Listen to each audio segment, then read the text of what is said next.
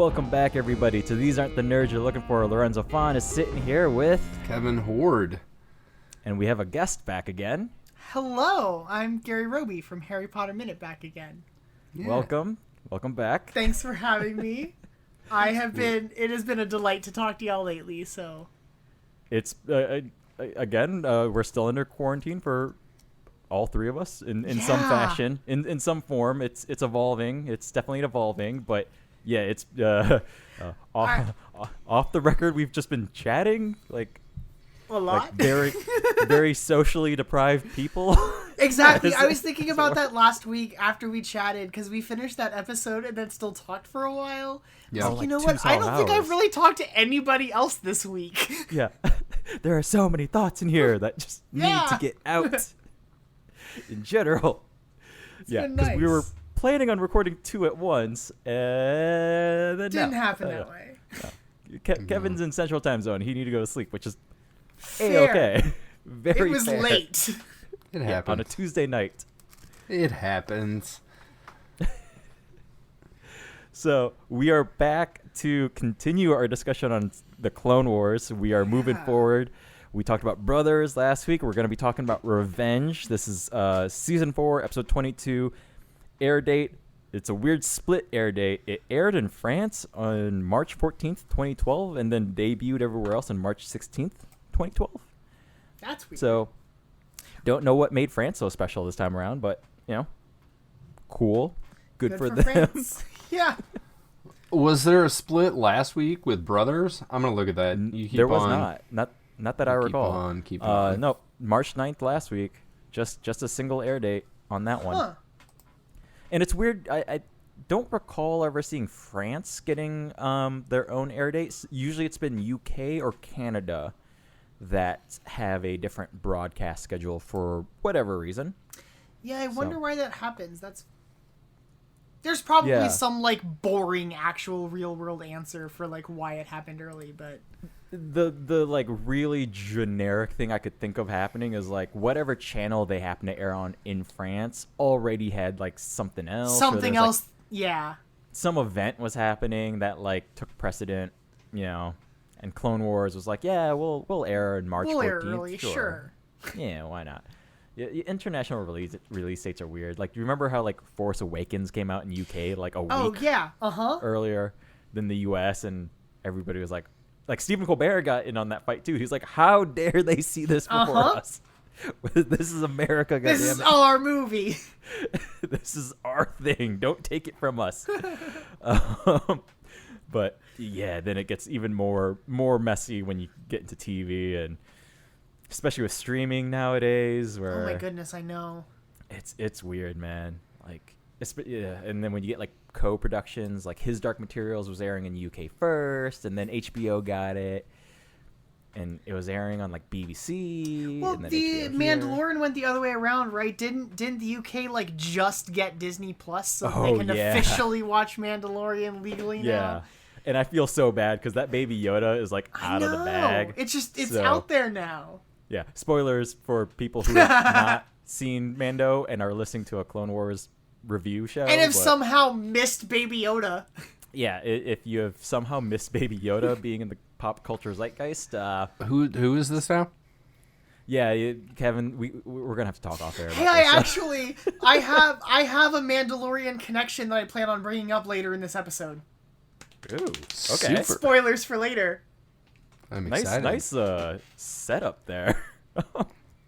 Moving forward, just to attempt to get through any of this episode before, last week, it took us 15 minutes to get through opening crawl or the something like that. Fortune cookie. Oh my goodness! Yeah. I don't even know what the. No, I wrote down the fortune cookie for this week. I actually did it. Okay. First off, the writer is Katie Lucas for this episode, and the director is Brian Kalin O'Connell. So that out of the way, Katie Lucas has written the last handful for this whole arc here.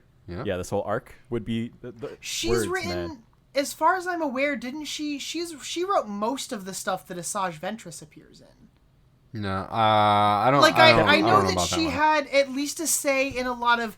I read something in regards to her contributions to the episodes that ended up becoming the book Dark Disciple. which is like the culmination of Asajj. Okay. It's like her last hurrah. But I think that she also like had a lot of like input on Like she this was the one character to in go particular. to. That could be, but as far as actual writing credits, she's only got one solo and then a couple of combined credits. That doesn't surprise me. I think that as And far then, as like, I understand, the I Night think that she Sisters has arc, been like she wrote those 3, and other than that, in the entirety of the Clone Wars, it's been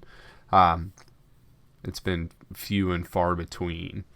got it. But like between the Night Sisters arc and this arc and the arc that didn't get made that became Dark Disciple. Then yes, A lot I would of agree like with you. big Asajj Ventress moments. Yeah. Because I was going to say, like, if not Asajj Ventress, definitely for sure the ones that heavily involve Mother Talzin. Right? Yeah. Okay. So, like, the heavy, like, Dathomir stuff, I would agree with you. Because, like, definitely anytime, like, Mother Talzin shows up, like, whether or not Asajj is part of it. Sure. Yeah. Yeah, because, like, sometimes Asajj is doing stuff with Dooku, too. That's true. It's like, once we get to Dathomir and Mother Talzin is doing her, Talzin shit. I have so yeah, much so Mother Talzin maybe- stuff for today too. I'm Katie excited for this Lucas episode. is from Dathomir then, right? That's what we're going with? So she's Yeah, just telling her, she's a her Night own Sister. story. Yeah, she was a Night Sister. She's just letting us know what it was like. Cool. So yeah. So starting with the fortune cookie. Again, let's try and get through this before 15 minutes. Yeah. Not that I'm setting a time. I just think it's funny how long we took last week. The enemy of my enemy is my friend. Gary, who you got on this one? Who said this?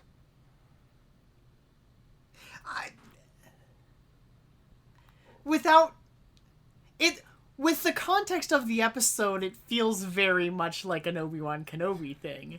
I was also going to say Obi-Wan Kenobi, I think but even I was without the also going context, to I think that release you it's- from the yeah. constraint of being from this episode. Like, we can literally pick anybody. I think It still sounds like a Kenobi thing. Like, I feel like the nature also, like, the show does an interesting thing. Like, the nature of war is that, like, it's always sort of a mutable circumstance. And so this is not the first time that he's seen himself aligned with a quote-unquote enemy anyway. Right. This And feels very Obi. Yeah. He seems like the agree kind of with guy both who would work with anybody as long as the ends seem just. this sounds like something that Obi-Wan would be just like kind of telling everybody at the cantina after he's had a couple of beverages. The enemy of my enemy is my friend, and you, my friend, are not my enemy or my enemy's enemy. You are my friend. We are friends from a I'm certain not gonna lie point though, of like view. so. I agree with both of you that this is a Kenobi quote, but like even so, to your point, Gary, the other person I could feel definitely like laying this down would be like Dooku. I feel like he would just be open to help from anybody, Sure. right?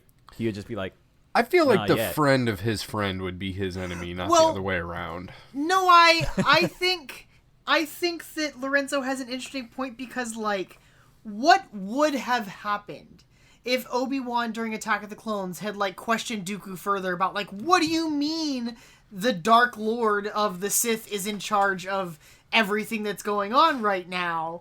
Like, Dooku would have betrayed Sidious right then, I think, if the opportunity had presented itself. Do you The think he enemy would? of Do my you think enemy he is would my have though? friend.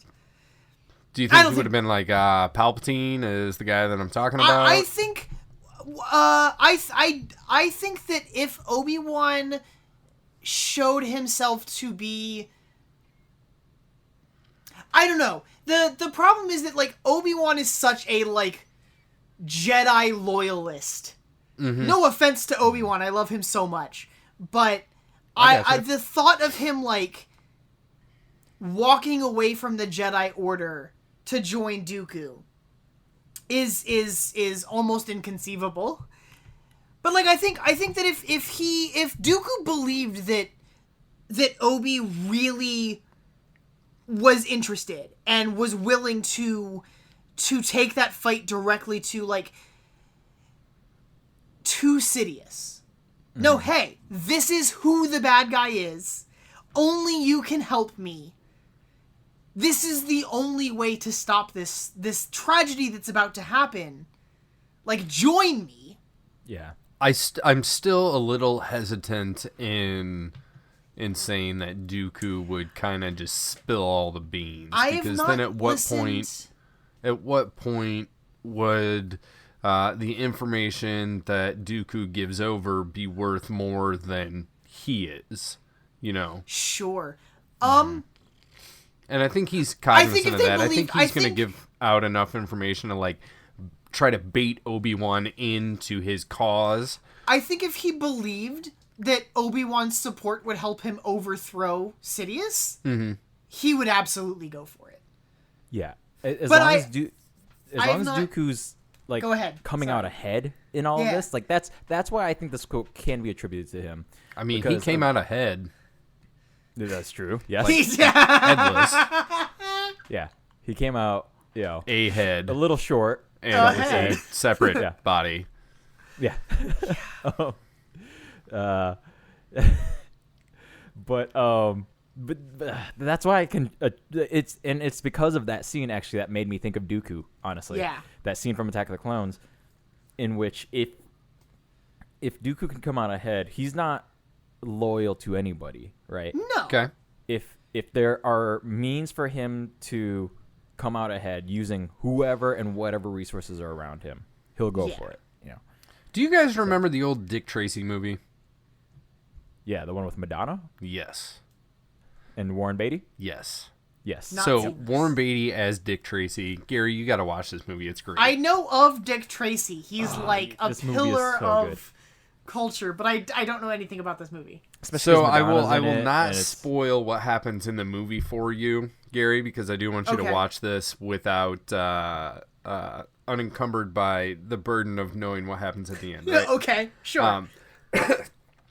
But Dick Tracy does encounter like what seems to be what is a new character in this movie, and he's kind of talking to himself, like working through like what is going on. You know, here he's been fighting the mob and all this other stuff, and what he comes, like the revelation that he comes to is the enemy of my enemy is my enemy, as opposed to like the normal, like, you know, the friend of the friend is Yeah. my enemy, or in this case, the enemy of my enemy is my friend. As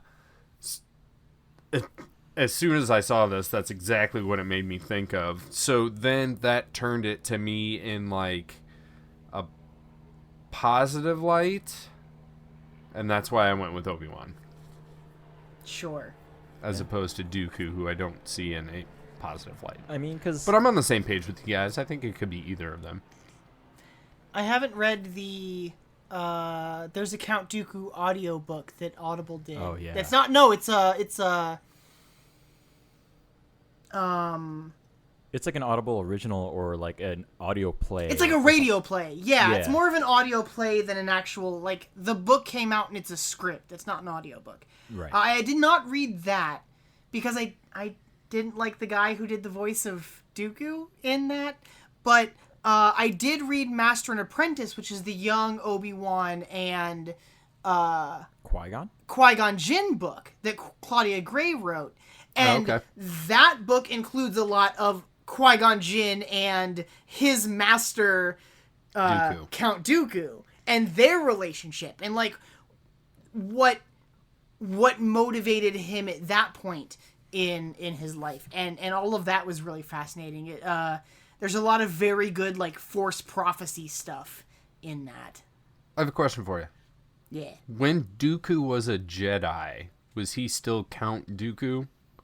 Or was he like Theodore Ducodius? Goodness, I don't remember in the book. I think he's still just like Master Dooku when Obi-Wan or when Qui-Gon is young. Okay. I think that when he left the Jedi Order, went back to his homeworld, he reclaimed the title of Count. Okay. He like returned to the life he was denied, kind of thing. That's so weird.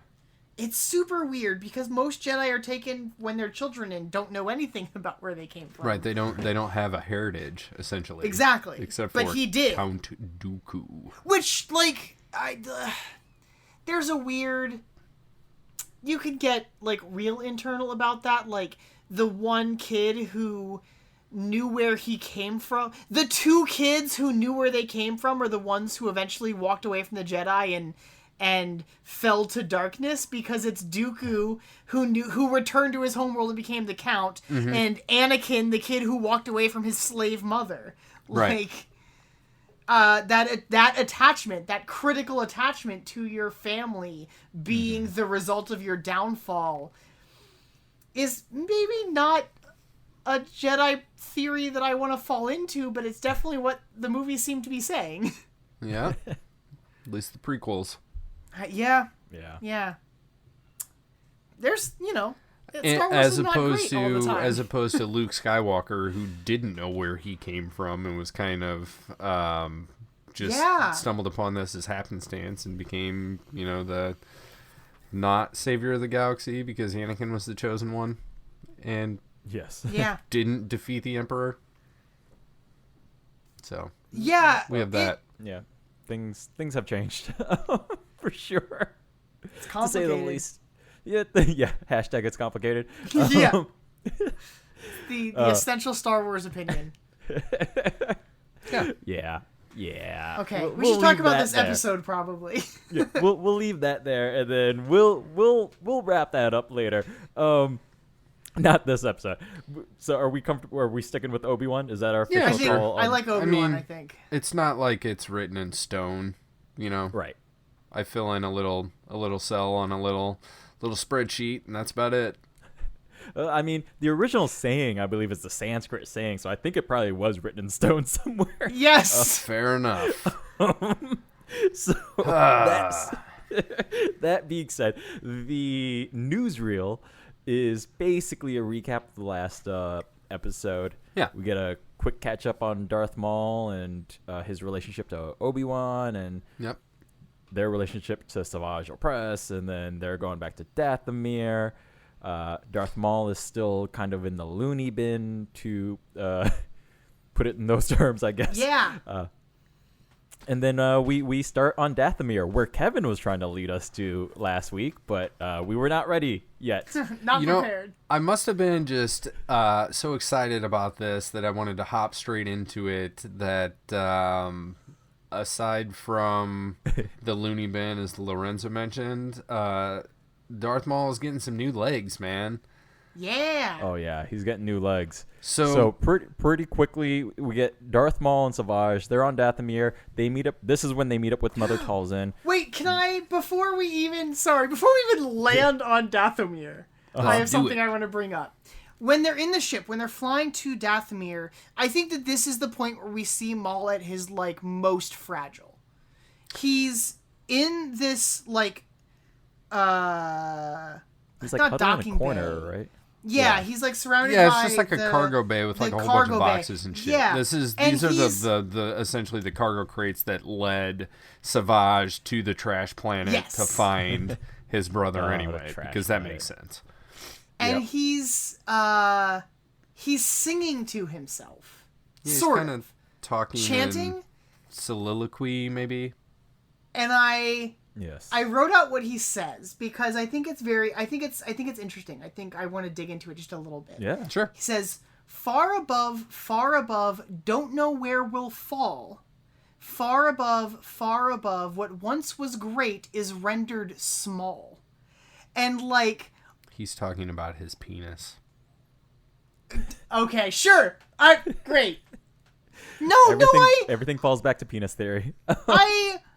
I 100% think that he's been, as far as we know, on this trash planet, literally underground for potentially a decade. Yeah. Yeah, I think officially it's like 12 years. It's 11 or And 12. It's more than a decade.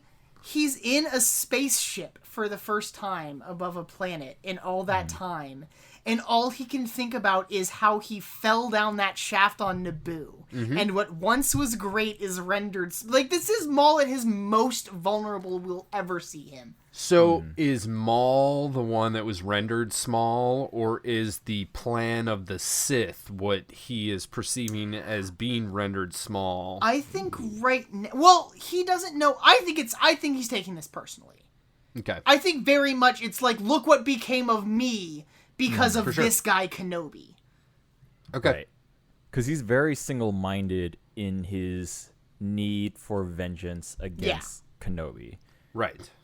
And even just knowing what we know from just these 2 episodes, even from just the last episode, he is so Obi focused. And That's all that's kept him alive, as far as we're aware, Right. is like this anger. And then like moving, Kenobi. Yeah. right? And then even moving through this episode, it's everything is about his anger towards Kenobi. There is like nothing else, you know. Nothing else matters at this Yeah, point. nothing else matters. Like hell hath no fury, like a Dathomir scorned. You know? Yes. He's even But- chanting like Kenobi, Kenobi, Kenobi to himself. Yeah. Yes. To the point where when we do arrive on Dathomir, he's in his own little mental prison in these boxes, right? And Savage is like, "Fine, fuck you, stay here," and then Yeah, he leaves like to pulls the go boxes find around Mother himself Talzin. and he closes himself in even more. Mm-hmm. Like literally physically pulling the boxes between him and Savage because he's so consumed by his own interiority right now. And it's, I mean, that also has, I'm sure, to do with being in a den of trash and isolation for, you know, Yeah. a baker's dozen of years, perhaps. It's crazy. So when Savage exits the ship, he immediately walks into like the aftermath of the Dathomirian conflict that we saw between the droid army and the witches, right? Yep. One thing I thought was interesting was like there are these super battle droids that are like hanging in their thing, like they weren't even deployed all the way, and I was thinking to myself, like, do I need to go back and watch that episode, like what happened there? But I mean, we got dead Night Sisters on the ground, so this happened soon after that conflict. Like, we know, we've seen Ventress go on a mission to ride on a train and stop some sex slavery going on. Yes. But then we're immediately, you know, one story removed back to Dathomir. And Mother Talzin corporealizes herself out of the green mist smoke thing. She Star Wars apparates her Sure. way into. It's super weird. I have more questions about her being able to like teleport herself in this manner after what happens with her and Maul because of some Wikipedia stuff. Sure. But like, has she been able to? Is this the first time we've seen her like teleport herself via this green smoke? No. So at the beginning of this story arc, which this is only probably like the second like serious story arc that she's been in. Is that am I Yeah. correct in that, Lorenzo? Does it This sound right? sounds right. Like I feel yeah. like she's popped up in a couple of episodes, but it hasn't been like she's a hasn't been part like a of the Talzin story. forward arc. She's Yeah, been exactly. like a character in the story. Sure.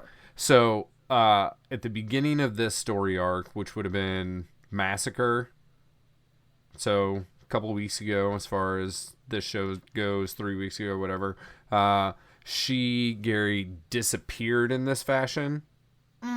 Oh yeah, at the end of that fight with Dooku. Right. Yes. And so this is where we are seeing her Interesting. kind of return to where she was. Yeah. But yes, she does have this ability to become smoke. I'm not really sure.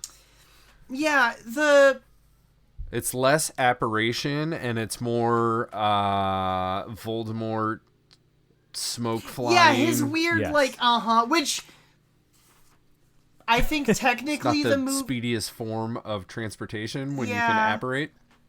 the Harry Potter movies apparition is like more often than not the weird smoke thing, which is not what apparition is in the books, and it drives me bananas. Yeah. But it looks cool, so whatever. I don't. It does care look cool. that much. That is correct. But yeah, the fact that she like materializes in this way, is the reason why I never took like after what happens with her and Maul and Savage, she disappears in the same way, and I did not think it was meaningful, and it turns out that it is. Okay, well let's power through the plot to that point. Yeah, So let's get there, and then I'll bring that up. Talzin uses like some weird green smoke orb thing to like lure Maul out of the ship over to her witch altar, and does this awesome thing where she taps him on the forehead and knocks him out, and he lays down. And I then love the we sound, by the way. When she touches his forehead, it's this really great, like, chimey reverberation sound. It's really good. It's super awesome. She uses battle droid and super battle droid parts to like construct these new legs for him. I thought she used the legs here, like the spider robot legs. She may have used some of that stuff Maybe too, it's but if you both. look, there's like a super battle droid laying there, and like she's pulling different parts out of it. She's interesting. using her magic with a K. Yeah. But then once they kind of construct, she does like some weird chanting thing, and then they moltenize as far as the metal goes, and it moves from like hip to toe. And he's got new legs. Lieutenant Dan, you got new legs, right? It's made of titanium, the same stuff that the space shuttles are made out of. That looks cool. They do look cool. One note I want to make about the legs, and then I'm going to let you go, Gary, with what info you got. He went from spider legs to spider feet. Like, he still has... Yeah, he still has at the bottom of his interesting, like, ankles, he claw still has 8 things Does that that- meet the ground. And I does thought that that this stay was kind of like a consistent? transition from, well, you know, he had this spider leg thing, and then just like a design choice to Yeah. transition to that as opposed to just like normal feet. We do have at least 2 more iterations of legs for Maul That's what I later. thought. His legs do change, which is interesting because Mother Talzin's not around there to like change them. Yeah. I don't know the Are these explanation between how- these and the next ones. I don't remember. What kind of control does Maul... Like, can Maul feel things? These are, like, force-enhanced robot legs. Well, like, I are they mean, full prosthetics? Does he have... Luke can feel when he gets shot in the hand in Jedi, right? Even though that's... Well, because at Yeah. the end of Empire, they do the thing where like the robot is poking his new. Oh, yeah. With, Yeah, and like, he's he has- reacting to it. Yeah. Okay, so he can't... There's, like, there's a pressure... There's, like, some type of sensitivity. computer nerve Interesting. connection there. Yeah. That's fascinating. And she did it through the Force. Ugh. Yeah, she did it. Through Imagine the things that Mother whatever Talzin magic. could do for the galaxy. Well, because like that's what confused me too. Was like so she took actual mechanical parts from what was lying around, but then there's definitely like that magic smoothing that like Yeah. rubs it it's- all together, right? How Because it'd be one thing, how much knowledge of mechanics does Mother Talzin need to have to make this happen? right? She doesn't it's need like, any. She has magic. It's magic. Okay. I Right. don't I as people who listen to Harry Potter Minute know, it's magic is never a sufficient answer in my opinion. No, I totally agree. Its magic is not a sufficient explanation in Harry Potter, and it's the Force is not a sufficient Force. explanation Exactly. in Star Wars. Exactly. I agree 100%. Here we have a combination of the 2 of those. Yeah, I love the Night Sisters, but I don't understand them at all. Yeah. And I don't think that Lucasfilm understands them at all, really. Like, I think that it's deliberately mysterious. I 100% agree with you. And Night Sister magic works however the plot needs them to work. I also think that Maul legs post episode 1, The Phantom Menace, is just kind of breezed over in the fact that, like, we have a cool design. Let's not dwell on it too much. Like, it either happens off screen or it happens here with, like, force and magic combined, and let's just move on. Like, Maul needs new legs, can't run around like a spider guy. Yeah. I like the design of these legs. I like the grippy toe things that he's got. Like, I think that the stability that this gives him is a very interesting sort of design choice. I also liked that when he got up off the table, he falters at first. Yeah. Yeah. And he It kind of takes him a second stumbles, to, and like- he's getting his legs again, like relearning them. You know, his- people his talk Bambi about like moment. getting your sea legs, like when Exactly. you're This on is a exactly what right. what he's doing too, which is Yeah. fascinating. So she gives him his legs, and then she disappears into this green smoke again. Okay. Not to be seen again until I think season 6. If I remember correctly, she shows back up later. I totally in did season not 6 even make stuff. note when she I- leaves this episode. I only know that she doesn't show back up until season 6 because I had to Google it earlier because I could not remember what the fate of Mother Talzin was. Right. Apparently, even the season 6 stuff doesn't answer it. She also shows up in the Sons of Dathomir comic. Mm-hmm. However, this act, according to Wikipedia, this act of fixing Maul's mental state and giving him new legs took so much out of her she gave up her physical form. Nope. And So- so season 6 when she is on in the arc that she's in season 6, she is stealing the force energy from other folks to rebuild herself in a way. Okay, was this written after the Rise of Skywalker?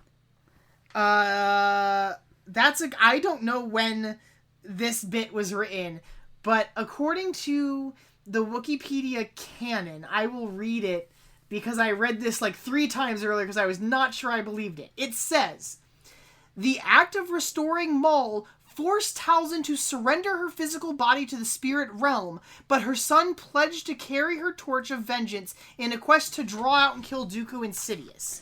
Blah, blah, blah, blah.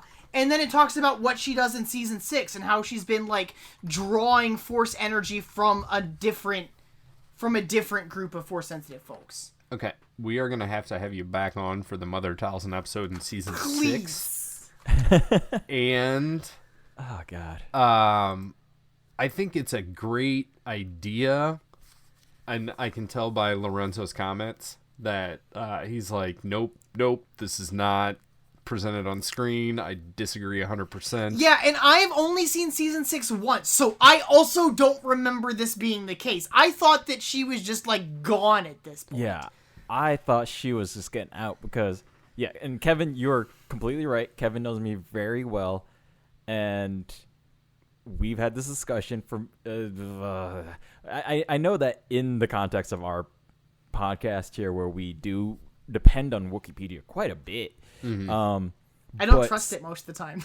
But yeah, but it is for cases like this, Yeah. where when I hear stuff like that, it makes It- it worse to me. Like it's It's so hard- much worse when you need that much outside help to understand what's going on. This bit feels like a stretch to me, and the reason is we just saw her materialize out of smoke. Why can't she dematerialize? Like, I never would have put together that this was a sacrificial act from Right. what we see in this episode. It does not feel like that. The context doesn't seem doesn't. to give in any way that she is like giving something of herself up. We Not at saw all. her in smoky spirit form materialize out of Dooku's chest across space and time. Yeah, like why is restoring Maul the taxing thing that was the ultimate sacrifice when we don't even see her strain herself? Yeah, This is not the same as like Luke's end in Last Jedi. It's very clear the sacrifice he made at that point. right. Yeah, But Right. this is not. This doesn't have here, any of yeah, that no, weight. here it definitely just looks like my work is done. Yes. Have at it, boys. Good luck. See you And- later. I am no longer needed in this story arc. Because, like, even when she does disappear, that's what it felt like to me. So, like, even without that context, Gary, that you just brought up, like, it definitely just feels like, oh, yeah, you guys do your thing because I'm done. Like, that's all I can done. do. I've done what I made the wanted legs, to do. I've restored this your is on mind. to you. Yeah. There ain't nothing else for me to do. You guys talk it over. I'm out. And she's like middle fingers up as she's like backing out of there. Yeah, you know? Like, totally. So I have a question then. We Sure. talk about restoring Maul's mind when he's in this trance in the green, misty smoke altar place. Mother Talzin like does some hand gestures and something and reaches down into the green mist and like into Maul's mind Yes. and pulls this black shit out. I wrote that it was like she was exorcising demons from him, but I don't really know what's happening here. Yeah, I didn't know if she was like pulling like the bad thoughts, like the literal bad thoughts out of his head, or if she's pulling like that craziness out. If it is, you know, because when he does wake up, he is clear of mind. Physically, he is in better form. Obviously, mentally, he is in better form. His horns themselves are shorter on his head. And I'm curious as to whether she's almost pulling like mental illness out of him or something comparable, right? And if that is almost absorbed into her, and that is part of the sacrifice that she makes for him. Lorenzo is shaking his head at me. He does this often. That's fair. I am extrapolating information that is not presented to us based on something that is told to us after the fact. This does not give us enough information about what's happening in any meaningful way. Yeah, exactly. I'm only shaking my head because, like, just visually, like, I get that you're trying to just talk it out, but honestly, even when I was just watching it, none of that was crossing my mind just because I didn't. So what's the simple explanation? What do you think the black smoke shit is that she pulls out of his head? I honestly Like just bad wasn't thoughts? reading.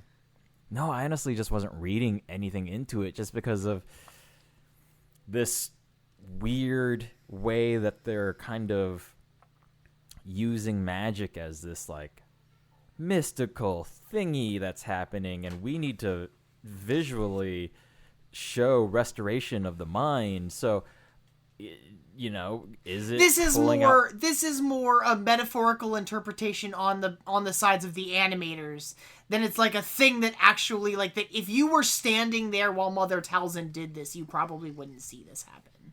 No, Do you think I you would feel- see any of it happen? Like any of the green smoke shit? No, I don't know.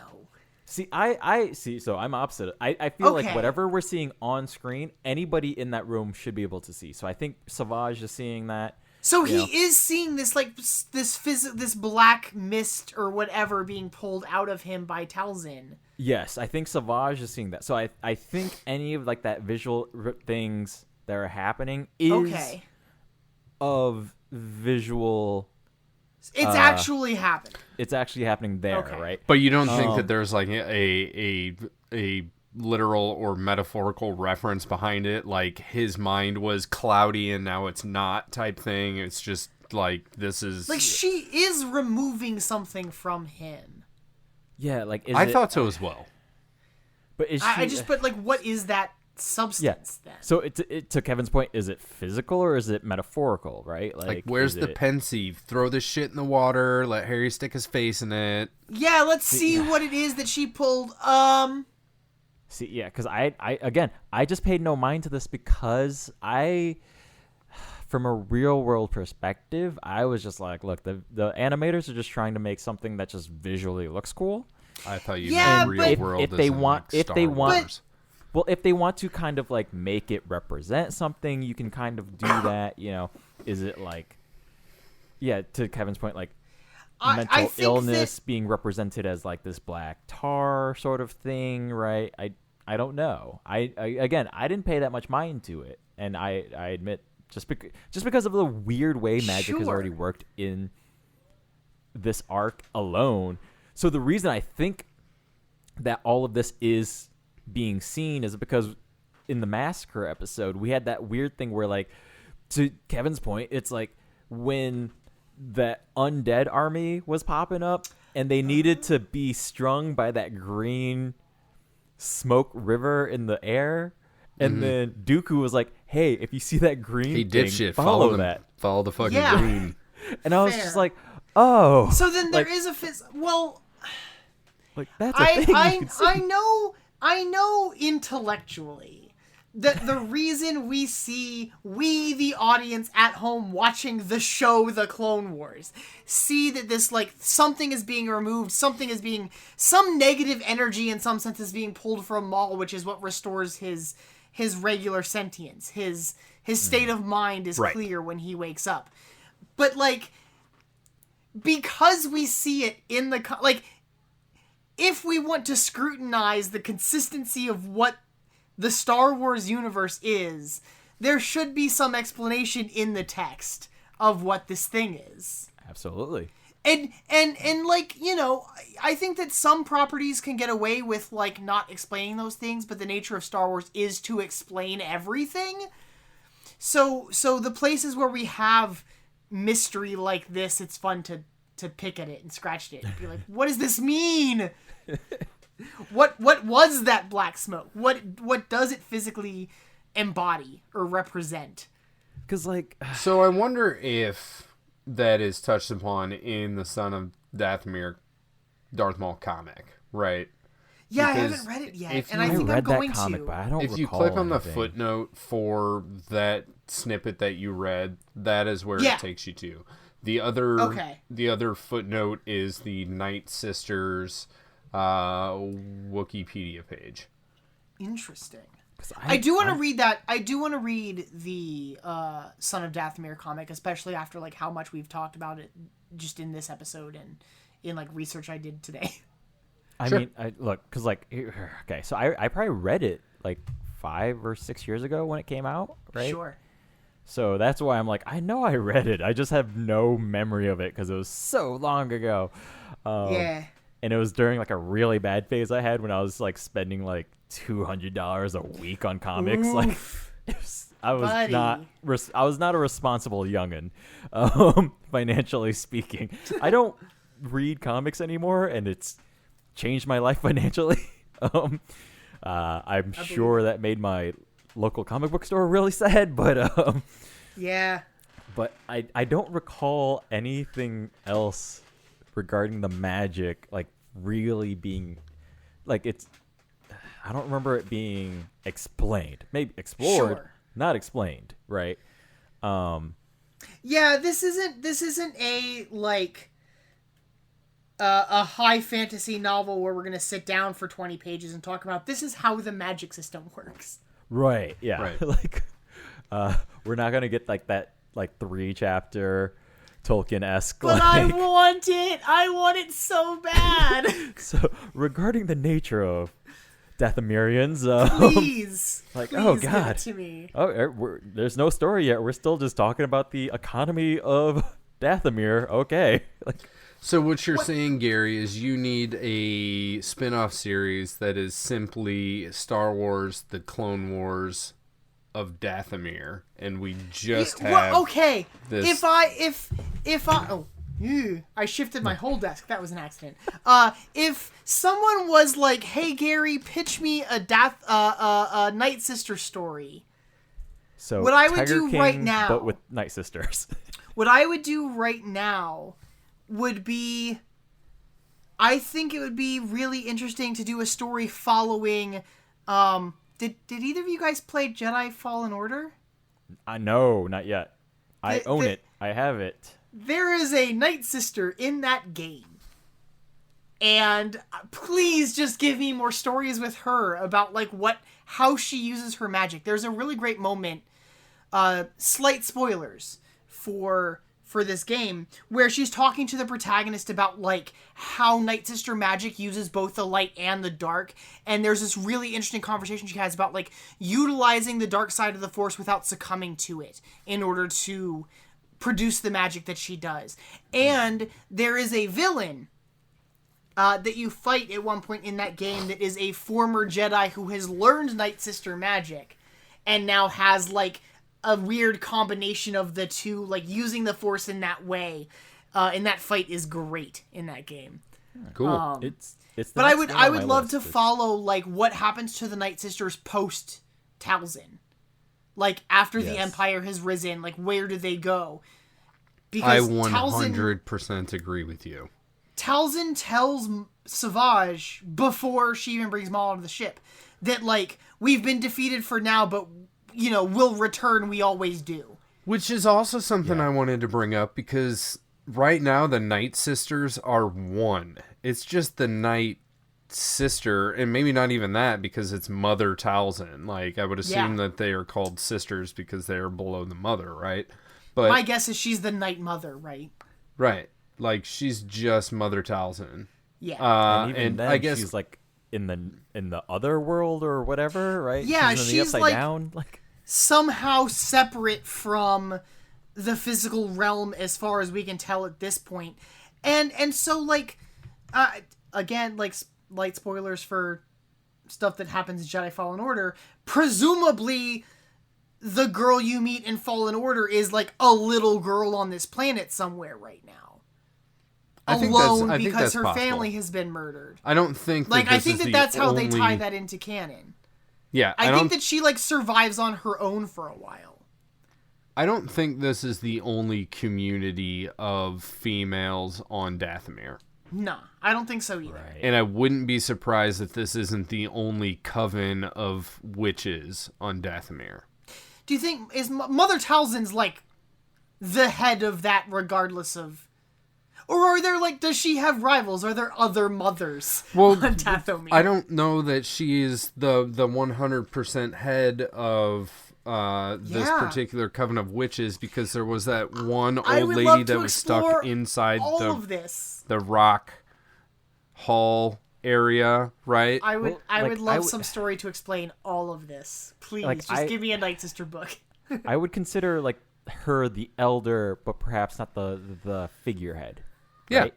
I always I'd go assumed with that Mother Talzin,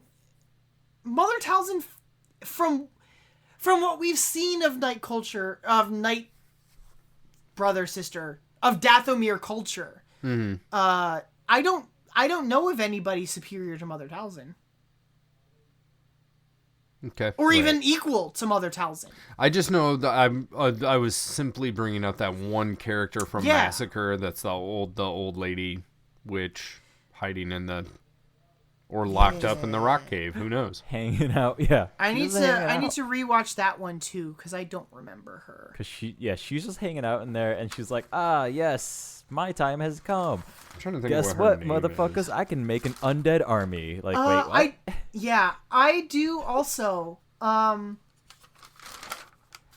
Because this is the only Mother Talzin I've gotten to talk about so far, and I've not talked about this on a podcast before. I love Mother Talzin's like dual voice. Oh, Yeah, it's super sweet. I think it's so cool. The like underlying echo. Like the that, like, ethereal echo that Yeah, happens. it's Like, so cool. It's so cool. because it's like I think it's such a great effect. Because to me, it sounds like, and somebody could correct me for sure. There's just like at times it definitely just sounds like they're doubling her voice and modulating it.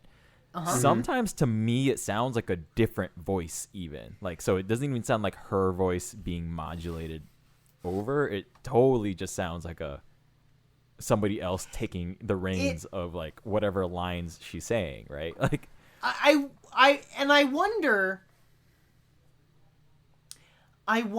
if that is also just the Force. In the way that, like, Obi-Wan tells Luke the Force guides your actions, but it also obeys your commands. I think it's more Maz magic tells than the Rey... Yeah, well, but, like... Are you I think that I think all of Night Sister magic is still the Force. Okay. It's a different application of the Force, right? I think it's still the Force. I don't think that there's a secondary source. Yeah, I would agree with you there. I agree too. But I don't know. That's, again, extrapolation by me. Like, I don't think that this has been answered anywhere. But to what you're just the thread you're going on with the voice. Now I'm in like a different thing too. So in terms, because we've kind of seen this idea has been toyed around with, obviously, with Anakin's story. But yeah, now I'm just trying to think about this voice in a way that I hadn't thought of before. So do you think like that echo that we hear is something that she hears and then herself is the echo? Like she's saying what the Force is feeding her? No. I think because it's of like the way the that Force I want echo of what she is saying. I think that maybe when this first started happening for her, there was more of a distinction. I feel like you get to this point where it's just like a resonance. Like, okay, maybe Mother Talzin doesn't even know if she's the one speaking or if she's being spoken through anymore. Right. It's all one. She has become. She is one with the Force, and the Force is with her. So she's a conduit to some degree. And she also has free agency. This is just to go right back to that thing Obi-Wan said is Luke asks if it controls your actions, and Obi says yes, but it also obeys your commands. There's a tug of war. It's a push and pull.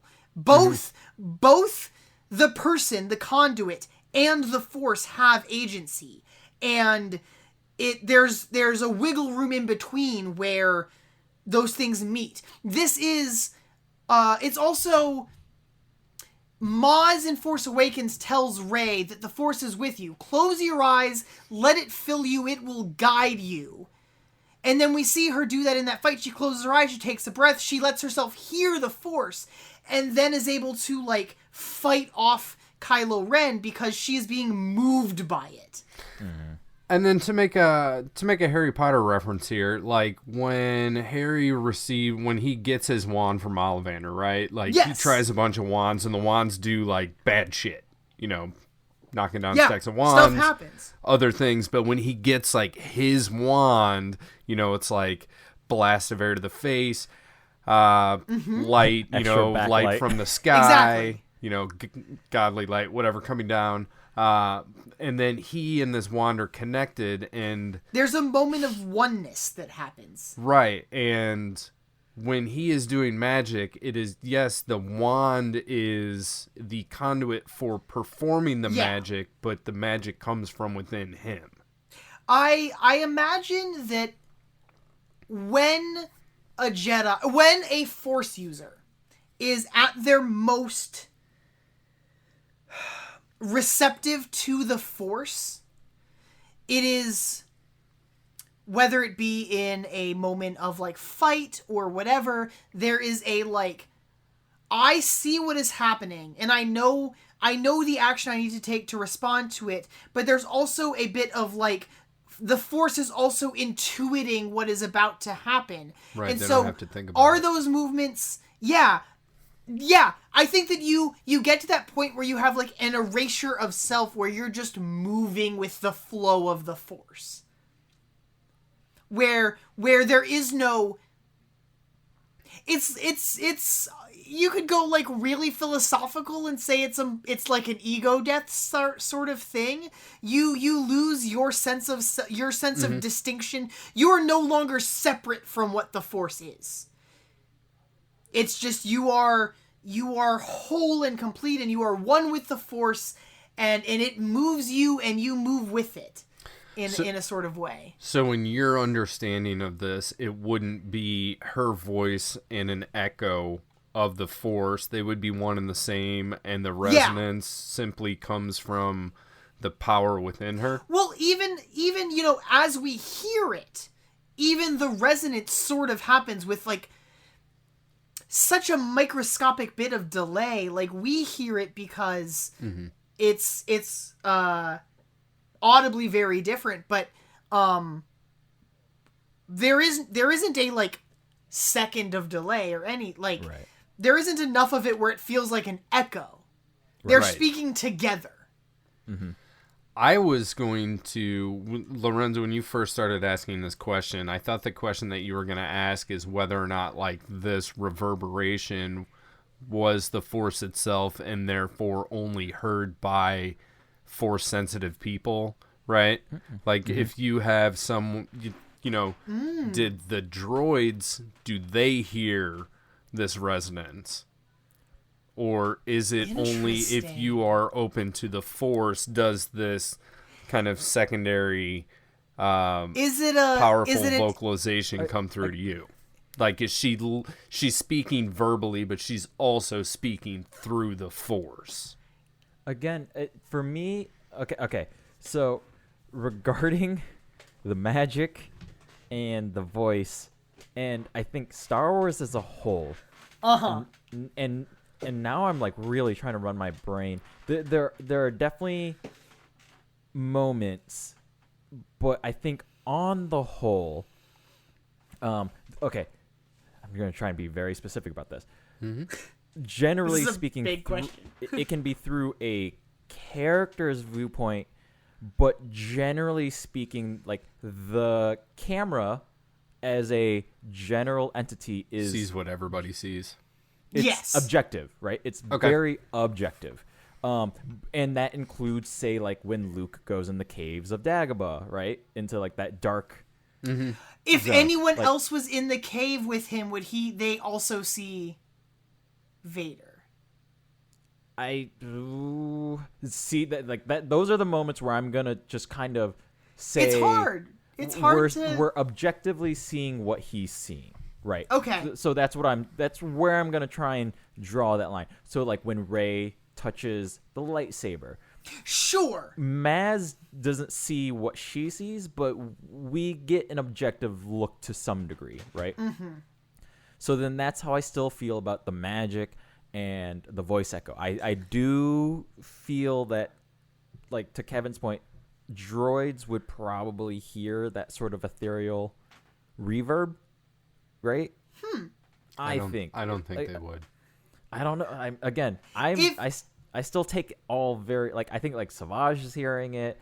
I think but he uses the Force, right? If Watto was there, he would hear. Oh, I have so many questions about Savage and the Force, actually, but that's for you've already done that. I'll go listen to those episodes. No worries. But like but yeah, like I think if Watto was in the room, I think Watto would hear that. Anakin's dad. That's where he got the Force from. Lorenzo. Is it a physical? I have like a I feel like a troll asking this question. Bring it on. If Ahsoka Tano were here, and she plugged her ears, could she still hear Mother Talzin? Well, because of this like Force reverb, like is it an internal thing? Is it a Force thing, or is it a like?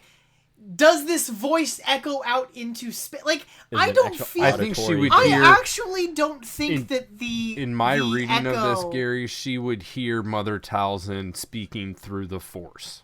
I think so too. But that's like a weird thing because like.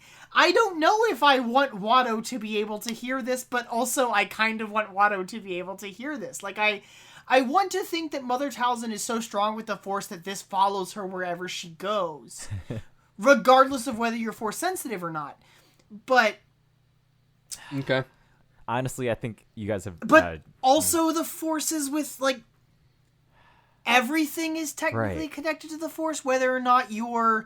strong enough with it to be a Jedi or not is irrelevant. Like everything is connected through whatever the Force is. I don't even know how to explain what the Force is really. Right. And we've been told several times in the movies what the Force is. It surrounds but, like, us. Very different terms. What does that mean? Right. In very different at times maddeningly vague. But yeah. honestly, sitting here, like I definitely understand what you guys mean, and like part of me is like, I think they're right. I though." think Like, I think and- that my I think that I because I do a podcast about like a different kind of magic system, I really want to like pick away at where it's different because the Force I do not think that the Force is magic in the way that Harry Potter magic is magic. So do you think it's midi-chlorian? I don't. I think I'm still wrestling with like what the nature of the Force seems to be like sentient I in a agree. way that I like agree with magic in most magic systems is not. Let's put it this way. Let's put it. In, But I don't think the Force is a god. This is. I don't okay, think the this is Force gonna can do be- whatever it wants. I think it needs a conduit. Sure. Yes, this is gonna be the weirdest way to phrase this question. Okay, so like Okay. when you go to Wizarding World at Universal, they treat you as a magic user, right? Okay. So like you, the guest walking into Wizarding World, they treat you as if you belong there. You're not a tourist. That is You are a member of the Wizarding World. You have Yes. access to magic, whatever. You are a wizard or a witch. You are there. You can get a wand. You can make things on the windows move around, right? Yeah. Can you claim squib? I was just curious about that too, but I think the answer is probably no. No. So I guess you could role play as a squib if you wanted to. yeah, Okay. There is a freedom in the park that you could do that. there, Okay. yeah, especially at Universal. But okay, so with Galaxy's Edge, they kind of have it both ways. You can make your own adventure, right? Sure. You can walk around. You can buy a lightsaber. You can get a lightsaber from Savi's, or you can just be whatever, right? Yeah. Or you could just be a passive observer, tourist that's just passing through, going on Millennium Falcon, riding Rise of the Resistance, right?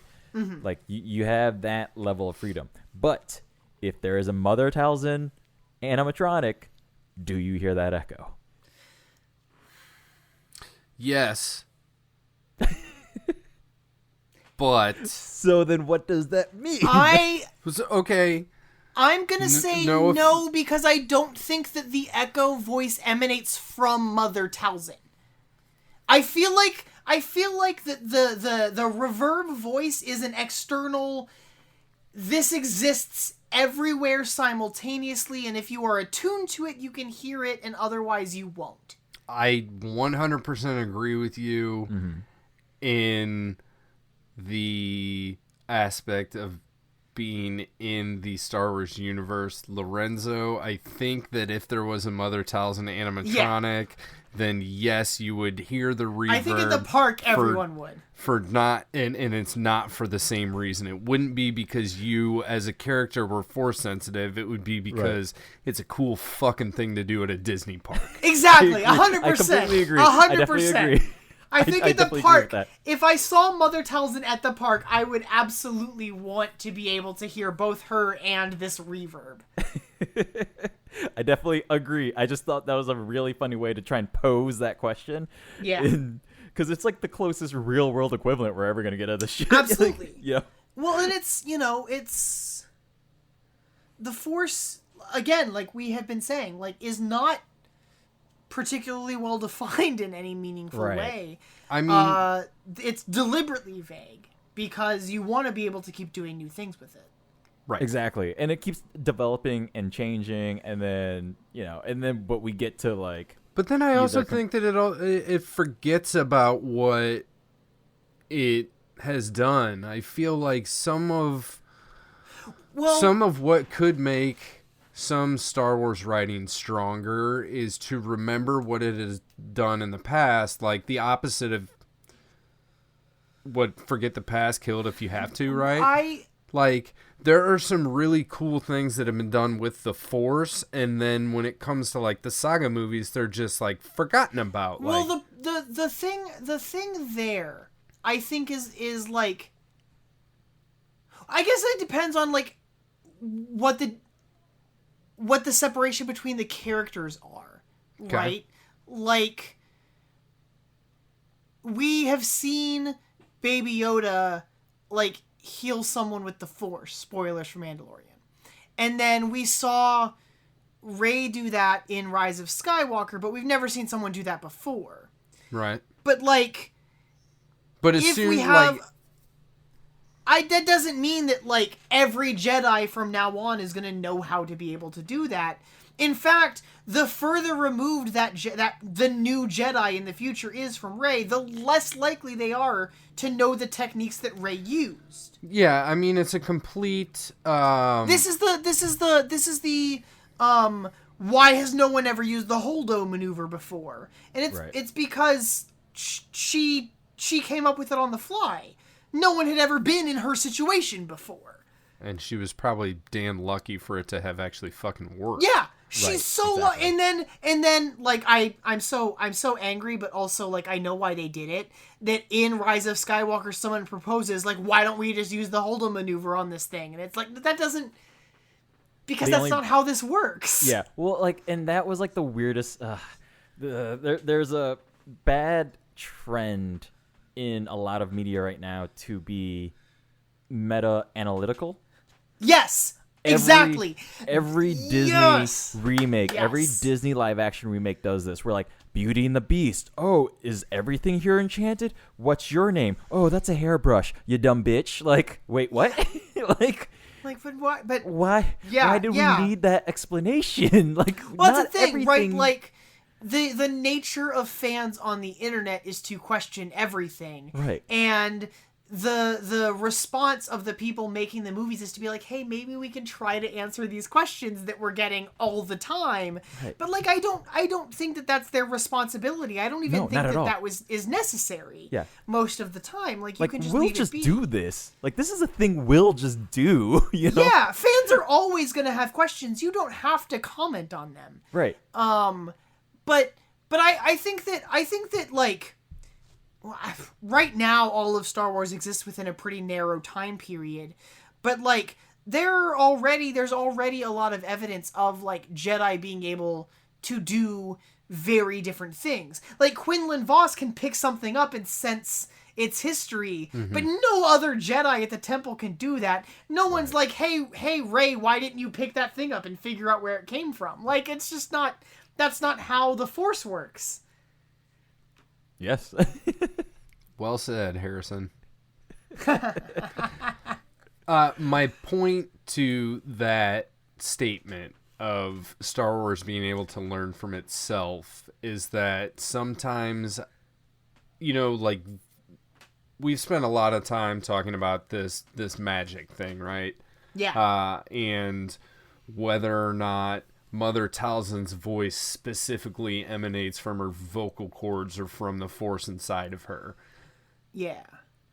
But, like, and I'm not saying that, like, every Star Wars story has to build off the Star Wars story before it. Like, that's not necessary. But I do feel like there are good things that have been developed within the Force. And whether or not you like midi-chlorians or not, right? Like, that is a thing that could or could not be addressed later. But Star Wars does tend to forget the good things that happened in the past to only laser focus on specific things. Sure. I would be really interested, like, what do you have... I don't want to put you on the spot, but, like, do you have examples of things that, like, have happened in previous Star Wars stuff that you wish had come back to?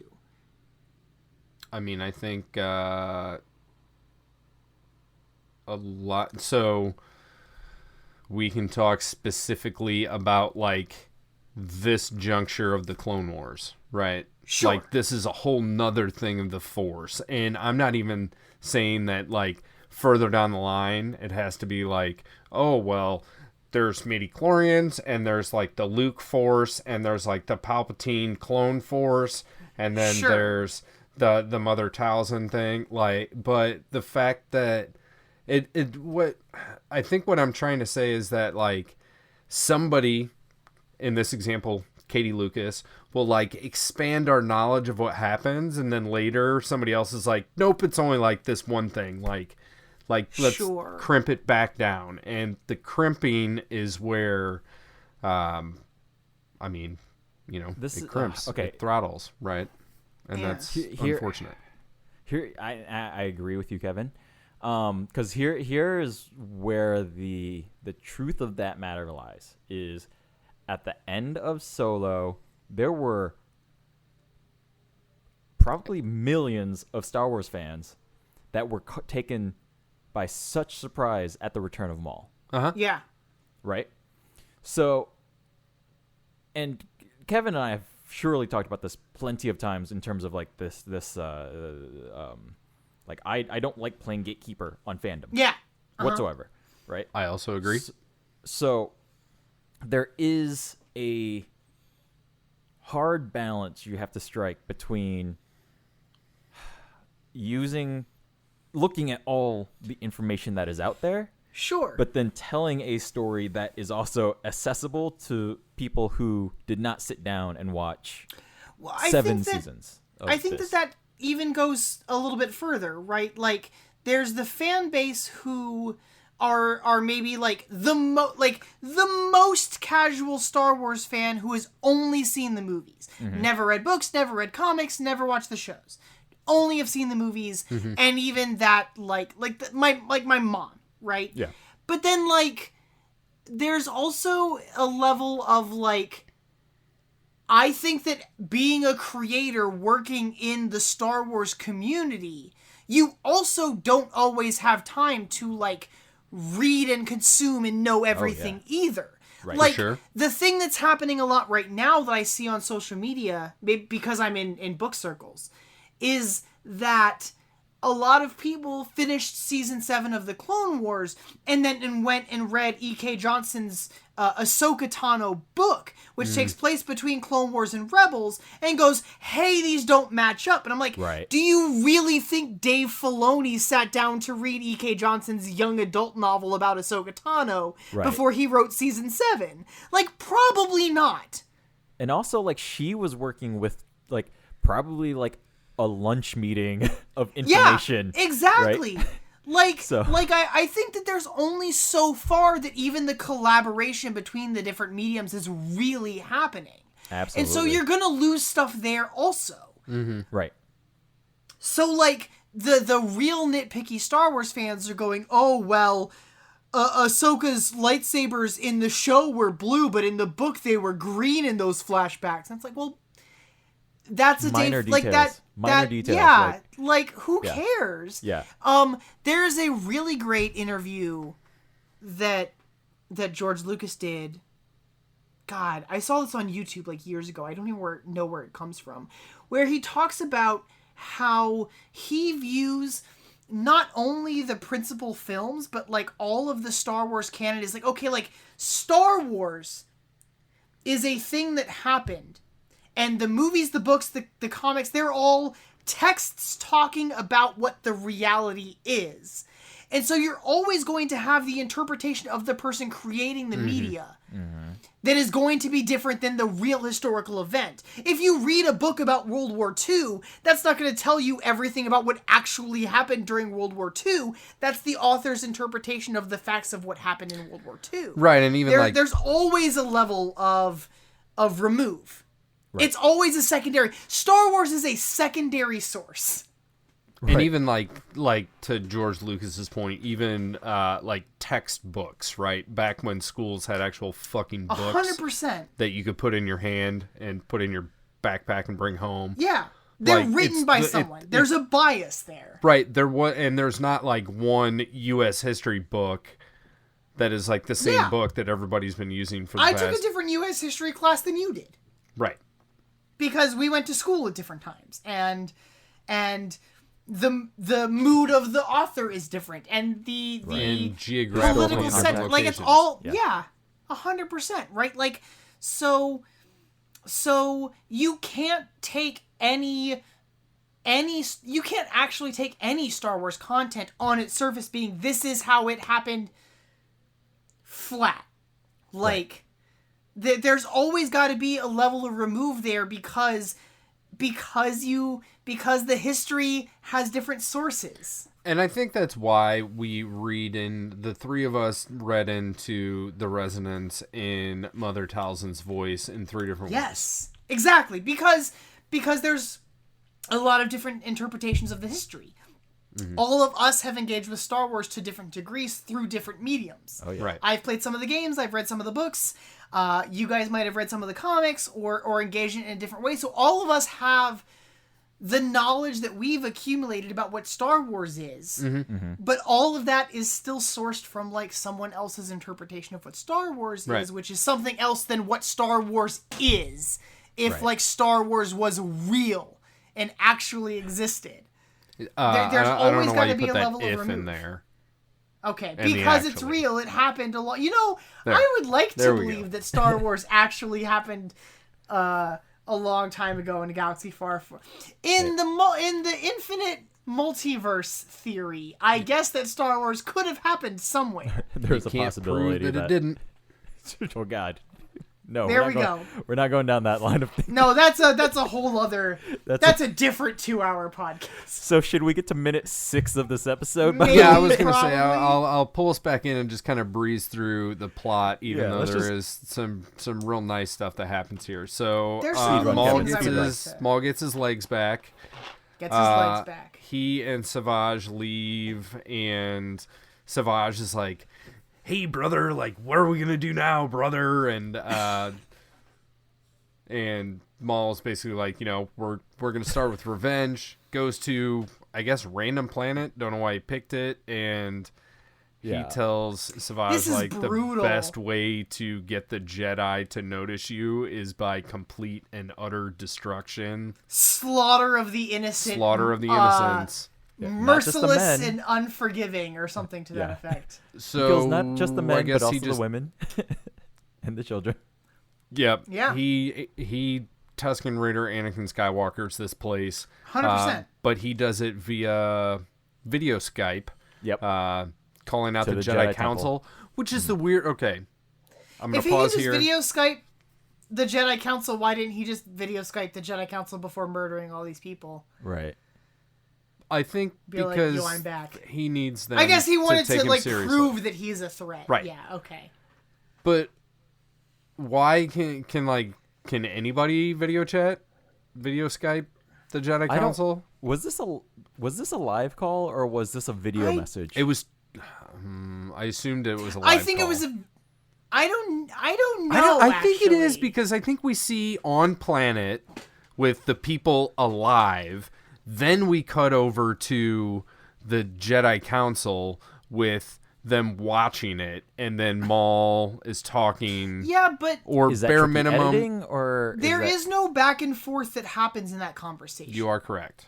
Like the Jedi are witnessing this thing, but they can't say. Obi-Wan doesn't say, "No, don't kill them. I'm on my way." Yeah.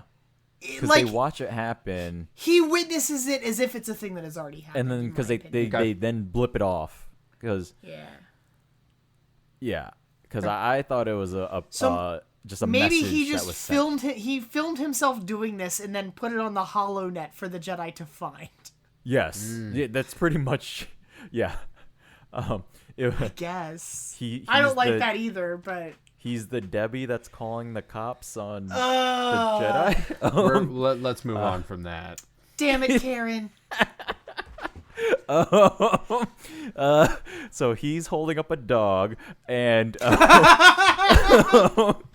so, and then he calls the cops on a guy in He's Central. attacking me. The Jedi Space Cops. Stop it. Yep, on Raydonia. Yikes. So Bad. moving on from that. So Obi-Wan says he's gonna go. Mace Windu doesn't want him to go alone. Yoda's like, "Yo, I agree with Obi-Wan," and then Obi-Wan leaves, and then Yoda and Mace are talking. And Yoda's like, maybe alone he won't be." We cut over to back to the cantina where we've seen Asajj. I won't go through the Orbesh, but the Orbesh doesn't jive with what they're talking about in the episode. But Savage Opress comes up as a bounty. I like the dude that calls him Savage Opress. Yes. Yes. I have a question, actually, about about bounty hunters Yes. at this point in time. There are no pucks, apparently. Yeah, Yeah, I had that. Yeah. This is the guild, right? The guild is the guild representative isn't a physical person right now. They just have these kiosks that bounty hunters go to. Yes. Very But this public kiosks.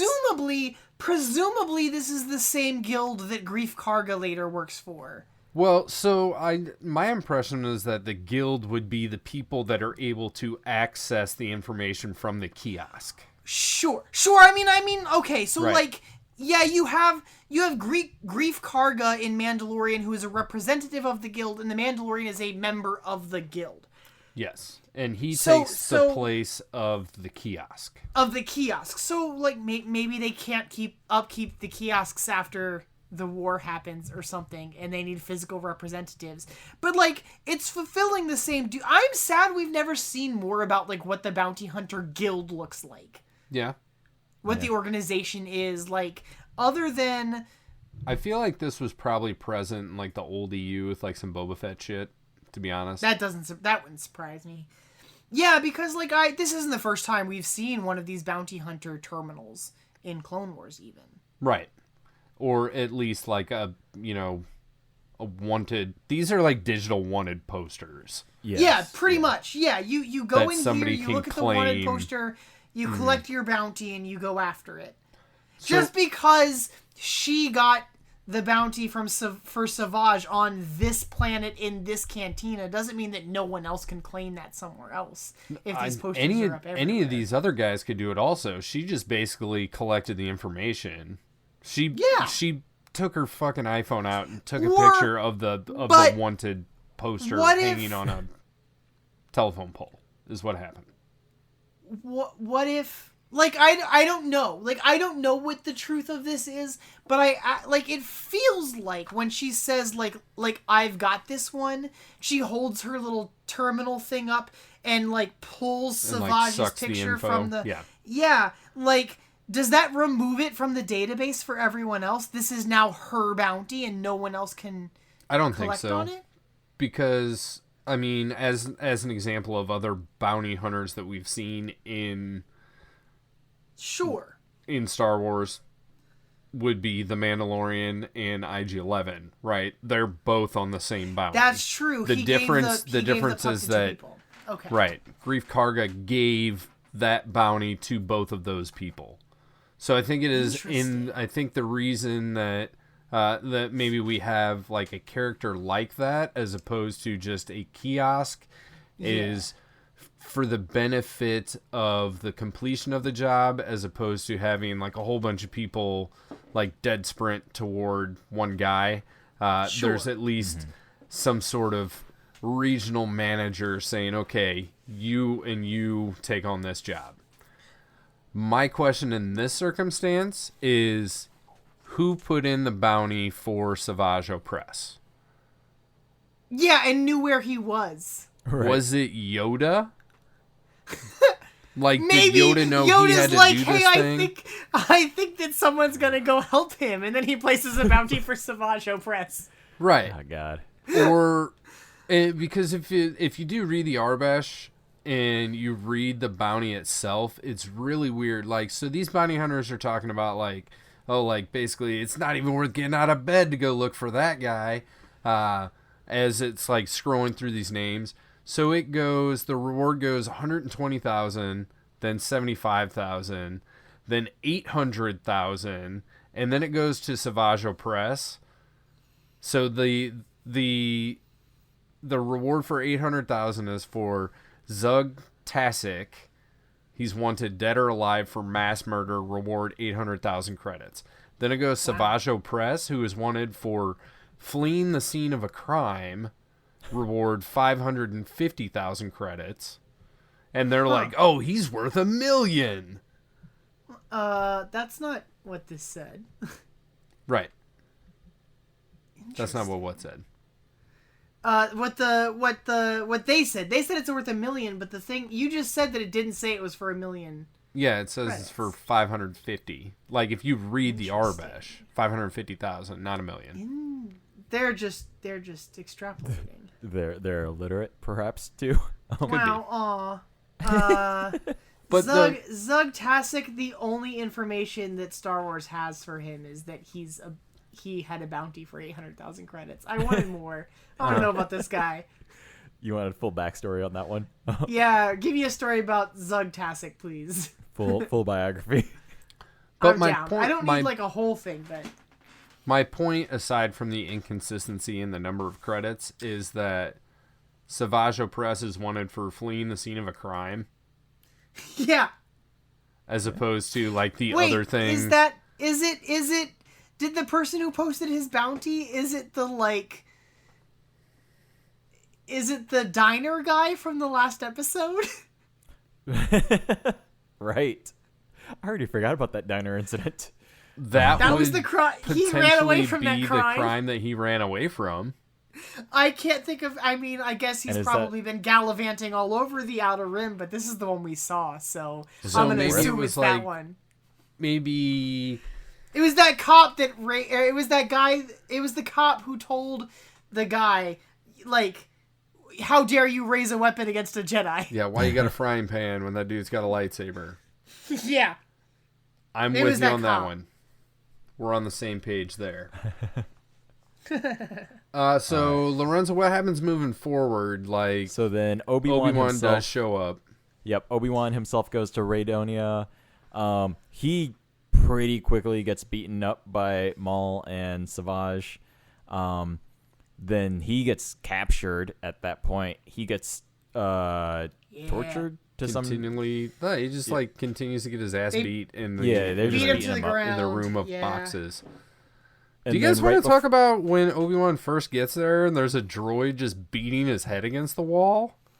I missed that. I saw that. I do recall that. It's There's just, an astromech droid that is just it, like Gary backs up and then just like rams the wall and like smashes his head, and it's just like Yikes, repeated. Okay.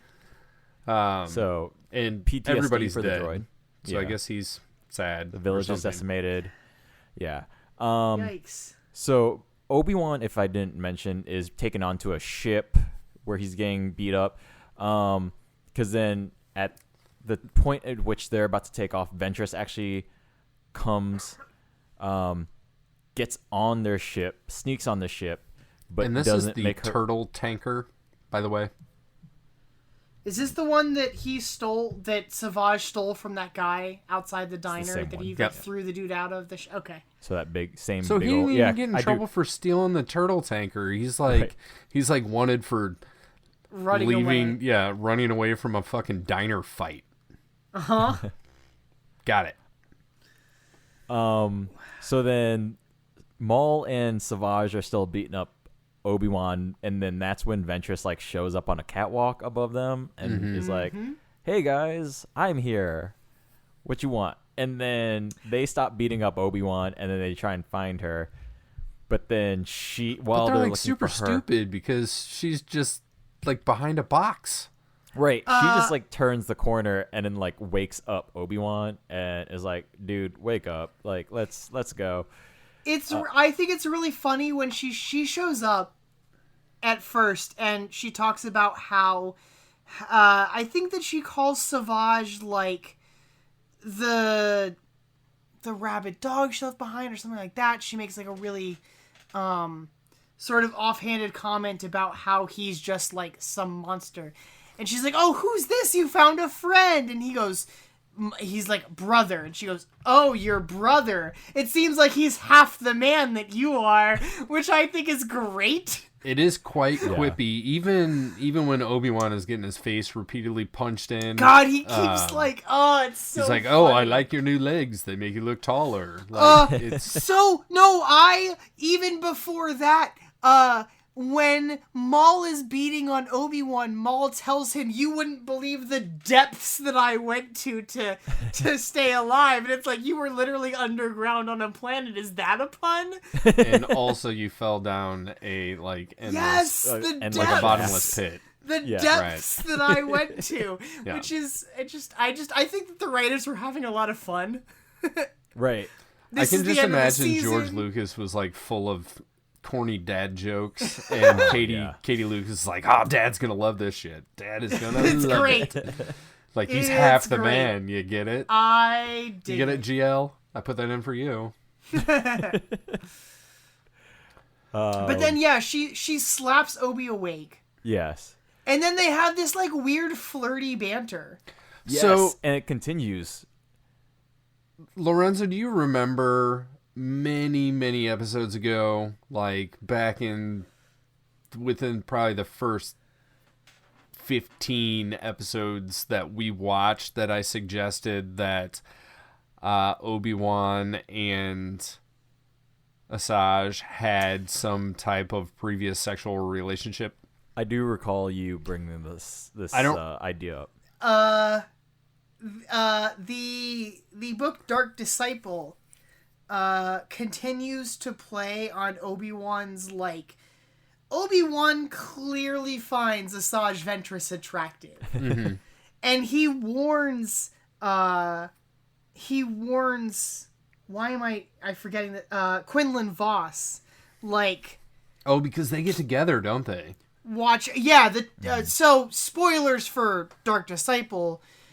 She teaches him the dark side. The two of them are gonna fight Count Dooku together. The two of them like fall for each other over the course of the book, and then she sacrifices herself to save him at the end, which is really devastating. But like, there's like a weird flirtatiousness even at the beginning where Obi-Wan is like, yeah, I know Ventress, and like, just be careful around her, kind of thing. Yeah, so these the base of these comments would have gone all the way back to episode 2 of These Aren't the Nerds You're Looking For, Hidden Enemy. So like the second Clone Wars story that we see, it's season 1, episode 16, where she baits Obi-Wan and Anakin across Christophsis so that her clone infiltrator can like do his thing, and they go to like this library, and she's like sitting around, like they literally throw books back and forth at each other, but their fight, I forgot interaction about that. there is kind of flirty, and here it definitely is. Like Obi-Wan says to her, "Aren't you a sight to wake up to?" And she's like, Yeah. "Oh, don't you wish, partner? Like, you've never been a looker, especially now." They definitely have some history. There's some good like sexual romantic tension between the two of them that is like never explored, but like it's interesting. I love how, despite the fact that Jedi aren't supposed to have attachments, Obi-Wan has like a very interesting flirtatious relationship with multiple characters over the course of the show. It's like And I'm always will, into it. He will involve himself however he wants. The way that you kind of stated, or what it made me think of, is like Peter Quill in Guardians of the Galaxy telling Drax the Destroyer like all of his sexual exploits, and he's not bragging because he did it. He's saying that he did the thing he had to do, which often involved sleeping quarters, right? Yeah.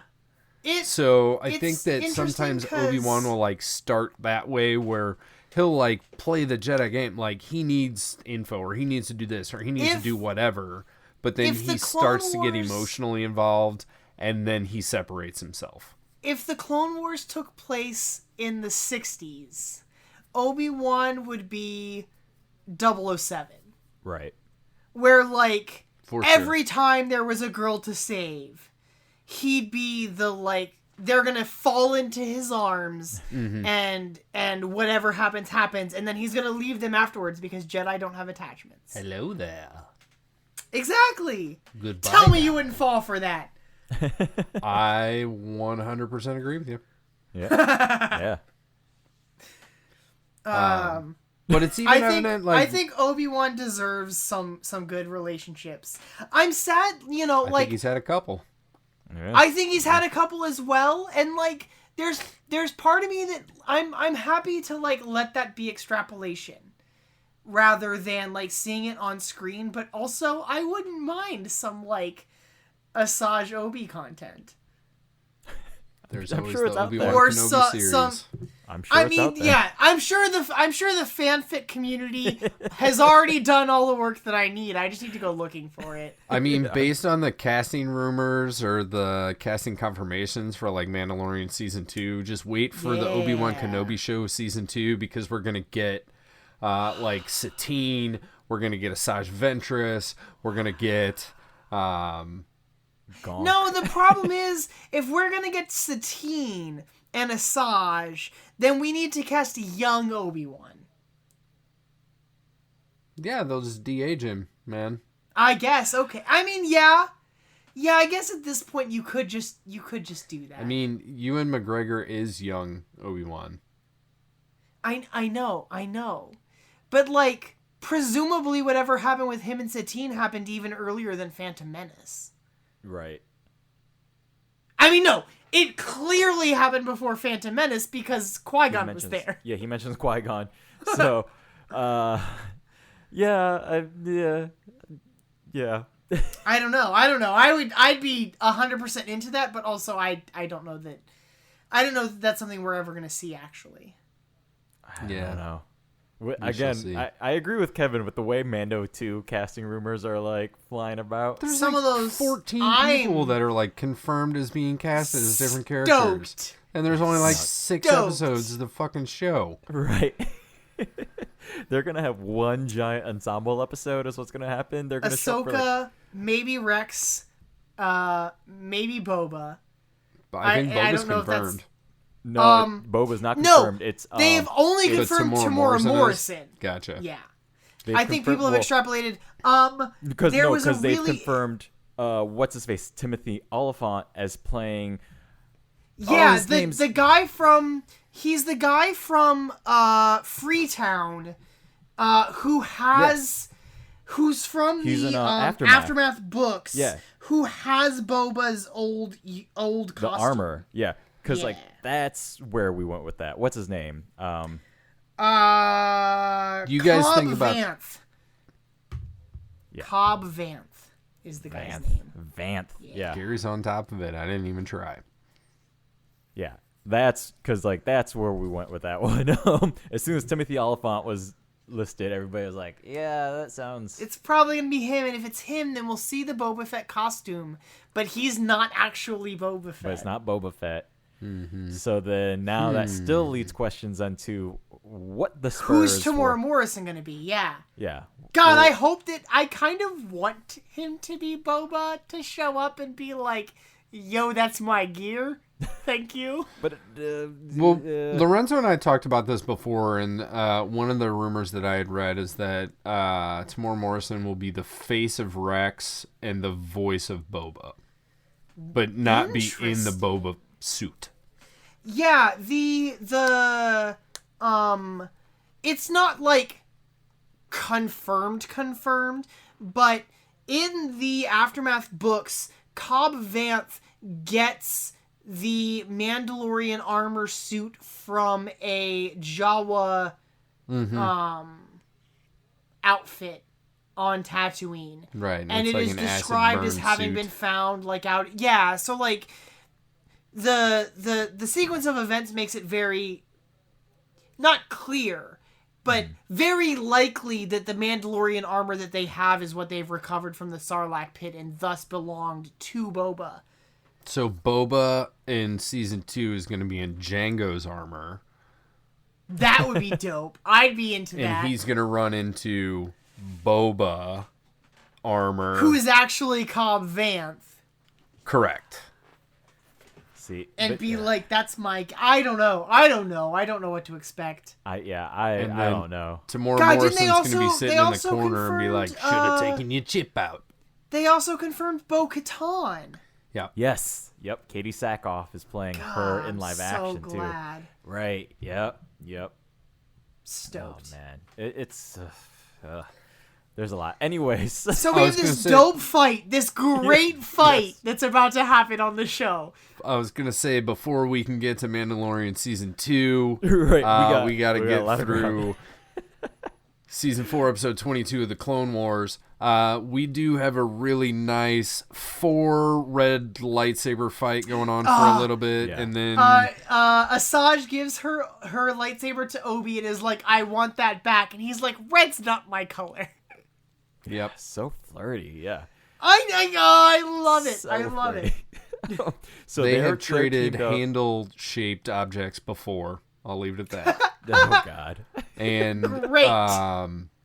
Sure. But yeah, they we don't do have a nice well. fight between the 4 Yeah. of them. It's well Obi-Wan- choreographed. Yeah. Yeah, it's super well choreographed. They do. Obi-Wan does get his lightsaber back, at which time he returns Asajj's red lightsaber, right? And then we got like a 5-way lightsaber duel as far as blades go. Mm-hmm. And then they basically decide that they're outmatched. Yep. Yeah. And then we got some I more like- sexual tension back and forth between Exactly. the two of them. Asajj is like, "Are you suggesting that we run away?" And he's like, "Well, I learned it from you." Yep. And God, what is her response is really good, but I didn't write it down. It's something like, "Don't start with me," or whatever. Kind of rolling her eyes at him. Right. Now's not the time. Right. Yeah, something to that effect. Usually I have most of the dialogue written down, but I've kind of not. Yeah, And, that's what I know. But so then they take basically off. they just like escape into the cockpit and jettison out of there. Maul and Savage are just left in the rest of the ship floating about. Yep. And so Obi-Wan. Yeah, so there is like that decompression that happens when the Yeah. head of the turtle pod ejects, right? Yep. But then we do get a nice shield moment going on. Yep, that closes Maul up. activates a shield, and it's red, not blue, because they're the Right. bad guys. Also love it's the same style. It looks like the same style ray shield that we saw in Phantom Menace during the Obi Oh yeah, yeah, Qui-Gon yeah. Yes. Good Maul point. fight, Good Yeah. point. For which sure. which I like a lot. So we don't see Obi-Wan and Asajj for the rest of this episode, right? It's just it's Maul and Savage. Yeah, I think we just see them. We see them leaving, and then we cut back to Maul and Savage, and it's just the two of them till the end. Yeah. And And then then Savage is basically like, "Oh no, they're gonna tell everybody that Oh, you're back." And Actually, Obi and Asajj have a brief moment where he says to her, like, "They're going to be hunting for both of us now." Mm-hmm. Which, like, is setting something up that never happens, unfortunately. right. And then Because I that's don't- when we cut back to Savage and Maul, and Savage is like, "What are we gonna do now?" Maul's like, "We're gonna be patient. I've been waiting for this for X number of years or whatever." And so can this is wait a when little Savage longer. says, "The Jedi will know that you survived," and Maul says, "I'm counting on it." Like The zoom in on just, like, his the top half of his face is so good at the end of this what a great way to end a season. Yes. Iverson, man, cue loud music. This is the end of Loud this music one. on this. Yeah. Yeah. This is a great end to a season for sure. It's so solid. I didn't even talk about I think, I don't know if this is true. I think that this is the first instance of Obi-Wan Kenobi's, like, angry hair flop. Like, you know how he's got that, usually he's yeah. got a piece of hair that's like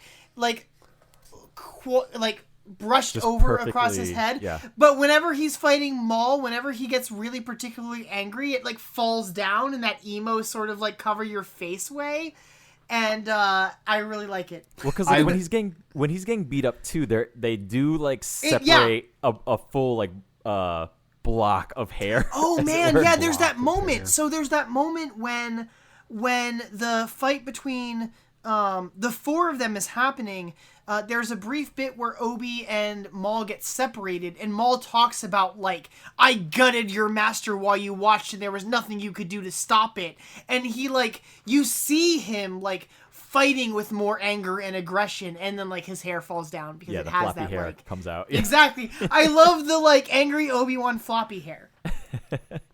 it's like precursor to like Darth Emo, but he's just like his bangs are starting to brush down into his eyes. It's not quite the full Darth Emo that we get later. Because like I just find it interesting with this animation style too, because it's like everything is so that like wood block like look that it's becoming more fluid though, and this is definitely an episode where it showcases like a more evolved animation and less rigidity. But the fighting style in this episode is fascinating a lot for that. Like the choreography is really good, but you see there's a lot of like you're saying fluidity in their movements and in their like fighting style. But even like their personal physical designs, right? Like you don't usually see disheveled Obi-Wan. Right. Yeah. Well, cuz like it's interesting to me too, like the first time I kind of noticed the floppy hair was just picking apart with the way that everything is still kind of like in computer animated like block zones, how they chose like who had to kind of decide what was like the right amount of hair to like separate into its own floppy brick zone, right? I find that really interesting because it's still not separated strands by any means, right? So here's a question: is this something we see through the series? Because if not, I'm going to suggest that this is a wig. And after Obi-Wan went undercover and he had to shave his beard and his head with the weird vacuum cleaner hair removal device it has not grown back yet, so he has an Obi-Wan Kenobi wig, which is why it is not holding in place when he's a little more physical in this episode. That's so funny. That's what I'm going with. I don't remember this ever happening before this episode, but I know it happens again after this. And while I don't want to be like, oh, it's a wig, I think that's a good theory. I do like your theory, but I like to think that he just gets like emo floppy hair when he's mad. Yeah. And when the Force just messes with his hair, I guess. I mean, it does happen in Revenge of the Sith when he gets true. When he gets all hot. Maybe sweaty. He's still wearing the wig. Ooh, maybe because that it hasn't been that long since Rico Hardin or whatever his name was. You are correct, Rico Hardin. Rico, I was close. Yeah, that's good. I hate those episodes. They make me so mad. Yep. Because we do have a timeline here, and all of this takes place in 20 BBY. So wow, okay. That he grew his hair back pretty quickly. Just saying. I think he's got a wig on here. He's like, everybody knows what Obi-Wan Kenobi looks like. Probably went to the mess hall like one time. They're like, hey, who's the new guy? Didn't I float around the idea that like if they have a droid that can vacuum off hair, they probably have one that can like spit it back on, like probably. Because that sounds like something they were told. There's some synthetic way to just Okay, so it's not a wig. Promote hair growth. But that one piece didn't reattach very well. Right. He needs those Ultimate nanobots Rogaine. back. Yeah, like he's just having is like the space gel, the space pomade is not just holding as well to his new hair, right? Right. So, yeah. So Lorenzo, you want to go first? Thumbs up, thumbs down here? Sure, I'll just start right away. Thumbs up on this one for me. Okay. Very good episode, enjoyable episode. Now that we've talked about Talzin, those are weird questions that I didn't have before. After when we discussed that like 2 hours ago, but on the whole, like this is a solid way. Like Gary was saying, this is a solid way to end a season. This is really well done. The tone is really good. They insert jokes in a really good way without like messing with that tone way too much, right? Yeah. On the whole, it's fun. It moves very briskly. After watching last week's episode, which had this like weird progression, this one just moves. Like 22 minutes on this one did not feel like 22 minutes. Like it went by very quickly. Yeah, I agree with you. It did run past a pretty good clip. Gary, you want to give your official opinion? I'm also going to say thumbs up. This was one that, like, when I did my initial list for my friend who had not seen Clone Wars, I I wrote some notes for Brothers, and I struck it out that was like, oh, you don't really need to watch this one. And then I went back and was like, no, actually, you should watch Brothers because Revenge is so good. And you can't really just watch the one without the other. Yeah, I you think do need that I context. think the strength of this episode almost makes me want to change my rating on the last one. So, interestingly enough, the last time that we had a three-way thumbs up was a Katie Lucas episode as well. Interesting. And that was Lorenzo, that was Yumi and Ralph Sphere of Influence back in season 3. Oh, God. Yeah. Ooh. Nice. A long That's a good time episode. ago. That was makes quite a while sense. ago. Yeah. So, That's awesome. Yeah, I Kevin? really dug this one. Yeah. Yeah, it was just a great episode. Kevin, your deal? I guess I already spoiled that. Thumbs up here for me. Other than Maul, you give me Maul, I give you a thumbs up. But I like the Star Wars magic with a K, and I wish we got to see more of it. I didn't notice the exasperation of Mother Talzin. I'm interested to find out more.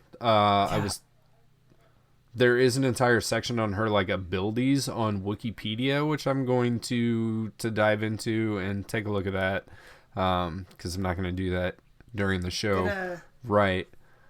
But yeah, read that total comic. thumbs up here, man. Yeah. I will say too though, like in hindsight, with these two episodes just being back to back. So like I think I was talking about this last week. We were talking for so long that I forget at this point what was said on air and what was said off air. Mm-hmm. But I'm pretty sure even at this point in the original run of, or my original view through of it, I still probably would have had issues with just the idea of Maul being back in general. I love it. I think you're we wrong, Lorenzo. I love it. To the context that we have of just these two episodes, like it doesn't sell it for me, right? Like that, my thumbs up is for this episode, but looking at these two episodes, it's still, it's that Mother Talzin magic just bringing him back sort of thing, right? I don't remember if I don't think I knew about Maul being back when I started watching Clone Wars. Mm-hmm. But I don't know if that's true. I didn't watch Clone Wars till it was on Netflix, and I don't remember like at what point it hit Netflix. It was before or after season 5. So I think it was after season 5. I want to say it's after season 5. Yeah, I feel like he came back in the comics before he came back in the Clone Wars, and it was like a non-canon comic or something. Okay. Because I know that Like, there it was was like before the Disney Maul with acquisition. spider legs was a thing before Interesting. the end of season 4. I don't think that I knew that Maul was back before I saw these episodes. Right. Well, there is a hint earlier in the season with Savage Opress, or at the end of season 3, or whatever, where To go find his Talzin- brother, or and you see him in the little smoky I mirror of destiny. at that point in time, like when I watched this show, I think I might have consumed all of Clone Wars in like a couple days the first time I watched it. Just like blew through it. Yeah. And so at that point in time, I think that this was such a strong like return of the character that I was sold on, like, give me more Maul. Like, he's back, I'm down for this. This fight was great. I liked Maul. I will say that I am biased. While I know there are better Star Wars movies, my favorite Star Wars movie is always going to be Phantom Menace, because it was the first one that I saw in the theater. Nice. And so Maul, I mean, I was a kid when it came out.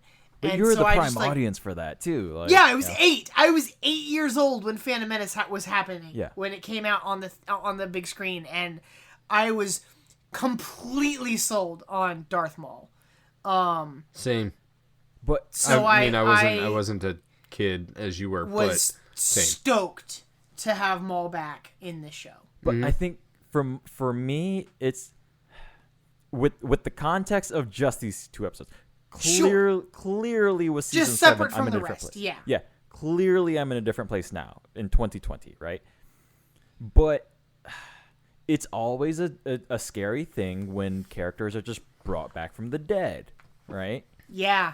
That can go bad really quickly, as Star Wars has also done that, right? Yup. So, Don't know if I agree with you there. or like bringing back characters from the dead so Star Wars or not, depending on where and how and when you do it,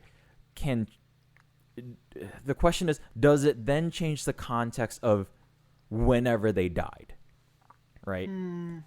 It can. Well- and I think also aside from that, it can lessen the effect of anything that happens if you do it too often. Like going forward, yeah. Yeah, right, comic books have this problem now. Absolutely, yes. Nowadays, if a character dies in a comic book, especially like a Marvel comic, there's no real fear that that character is going to be forever gone from this point on. Right. Aside from like a handful of non-superhero characters. Right. Plot withstanding, right? But I can't think of other, like... I can't think of a lot of cases outside of comics where, like, character revivals have happened and I've been disappointed by it. Like, the only other really... maybe this is just my bias as someone who works at, like a fantasy bookstore. I thought you were going to bring up Jesus. I was not going to bring up Jesus. I was going to bring up Gandalf. Yeah, I think Gandalf would be the prime one, but again, so does it change the original context, and is he used in a necessary way after the fact, right? Like, I think those are the 2 contexts that you need to have. For me, I also liked Maul from Phantom Menace, but to me, I just didn't understand or see the need of him coming to like back. bring him back. Because he's fucking awesome. He's so cool. Look at him. But you still got to do something with him, right? Like, And they did. Lorenzo, damn they straight. did. They did.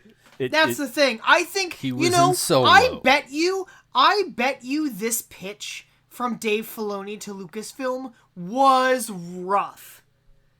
From my like- understanding, it went the other way. Really, they were like, "Hey, bring this character back." From my Yeah, like, understanding, I'm so Lucas himself wanted him back. interesting. Yeah, like Lucas realized that it was maybe not the best you- idea to get rid of him, so he was like, "Nope, he lived. He just grabbed onto a port That's on the side of the wild. thing, and he ended up fell in a trash can, and God, Yeah. that's he went to the I trash just- planet. My daughter is she gonna write the story, Dave? It's okay. Yeah, so that's the public story that I am aware Okay. of is that George Lucas went to Filoni. Interesting. That's weird. I also that's, read that that's they fascinating. Like, brought him it's back together. amazing that Filoni, like the things that he was able to accomplish with this character that someone else was like, hey, you should implement this into the. I mean, I don't know what the writing process on a show like this is, right? I'm sure it developed again. So like There was probably a long time between that conversation of like, I want to bring Maul back, and like, how do we bring Maul back? yeah, how do we how do we bring Maul back, and then like why do we bring Maul back, right? Like you just Yeah. can't have him running around. Like you actually have to do something with him. I think like the finer details later on definitely developed naturally. Sure. I would have Once you're honestly preferred not to have Savage Opress and just to have the 2 characters just be Maul. Mm-hmm. I don't really like Savage Opress as Maul a character. could have fought. Maul could have taken could have taken Obi and Asajj on their own. I Right. think. Well, I'm talking about like Savage in general, like as a character. just as a character in the show. Well- Like, I feel like those 2 characters could Do you just think- be the return of Maul. Like that could have been the first arc with. Was Savage an experiment of like how do audiences feel about another Dathomirian male Force user? I think it was like I think Savage was hey, let's deepen the backstory of Maul so that when he comes back, we understand that there is this magic and that there is this other stuff going on and there is like a brotherhood and there's something for him to fight for aside from just being angry guy. Yeah. That's fair. Although I don't think that this episode, this series of episodes doesn't, beyond like, I want to kill Obi-Wan Kenobi, Maul doesn't really have much going for him, right? I mean, even at the end, Maul doesn't have much more going for him than I want to kill Obi-Wan Kenobi. Right. And this all sort of like panned out the wrong way. True. The Maul's entire life from Phantom Menace to the end is I want to kill Obi-Wan Kenobi. Very true.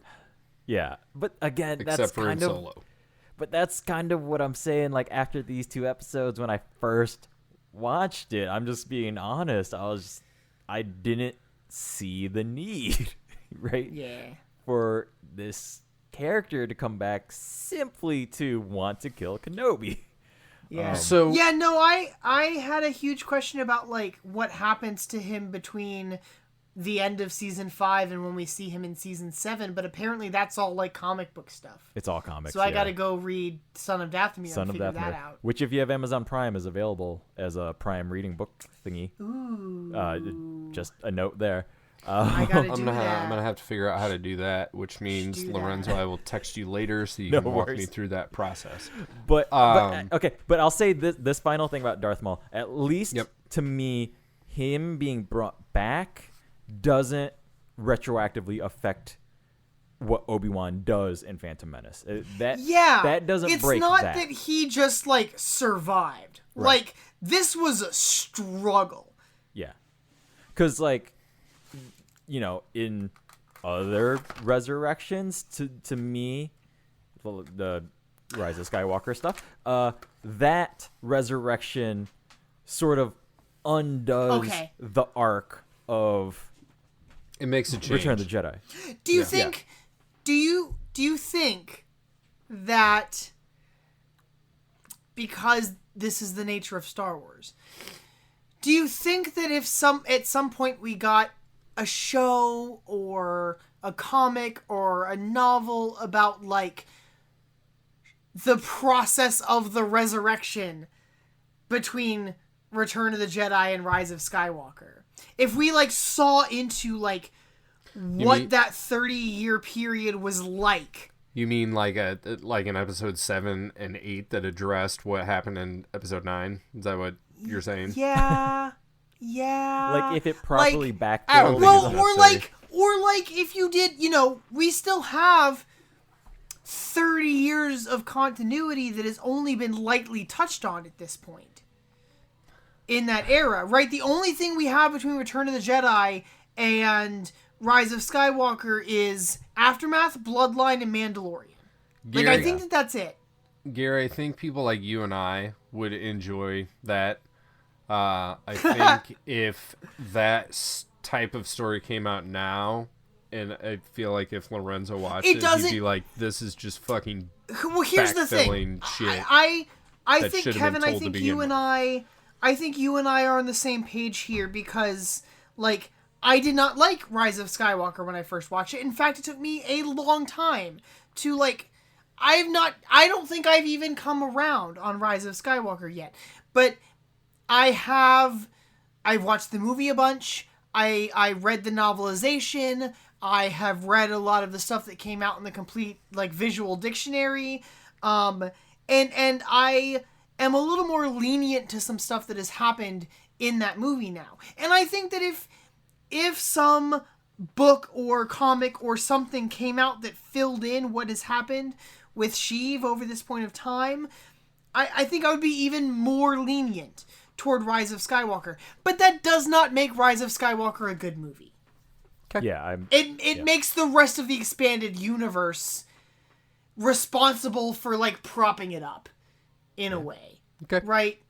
So like I might be more forgiving of the movie because of the other content that has come out. But I think, to Lorenzo's point, for the average fan, my mom is never going to consume any of the ancillary material. Mm-hmm. And so if she didn't like it, well, I mean, she liked it because she doesn't consume all the other material. She doesn't do what we're doing right now. Right. Right? She just liked it.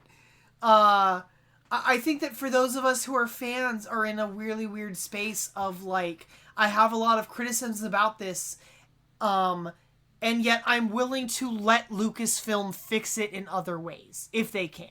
Or attempt to. I'm willing to let Lucasfilm attempt to fix it in other ways. Okay. Yeah. Right? Because, like, if Solo came out and Maul was just in the end of Solo and we never had any explanation, I'd be pissed. Like, what is he doing here? This doesn't make any sense. But, like, I happen to have the knowledge of having watched the Clone Wars. Yeah.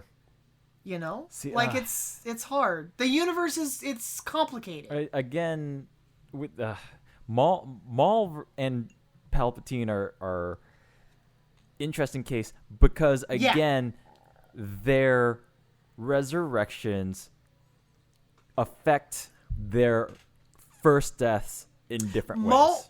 Ways, yeah. Maul's is more easy to accept because he's still in the same physical form. I don't think the Palpatine we see in Rise and Skywalker is the same body that got thrown off the shaft. No. Right? It's so not meant to be. there's a whole nother layer of something going on that Star Wars doesn't explain. On, like, somehow he transferred his consciousness from one body to another. That has never been seen before. It has never been explained. Right. And I don't think that it's going to be. And so, like, I think that we have a sort of righteous anger in, like, there's no reason for him to have come back. I didn't need him to come back. Yeah. I don't like that Snoke is kind of just him. Like, Yeah. I don't, like, I don't know. Did we talk about this even on the podcast last time? Like, Snoke is also Palpatine in the way that, like, for folks who watched season 3 of Westworld, that, like, Charlotte Hale is Dolores Abernathy. Like, Yeah. there's a weird thing happening here that is just not explained.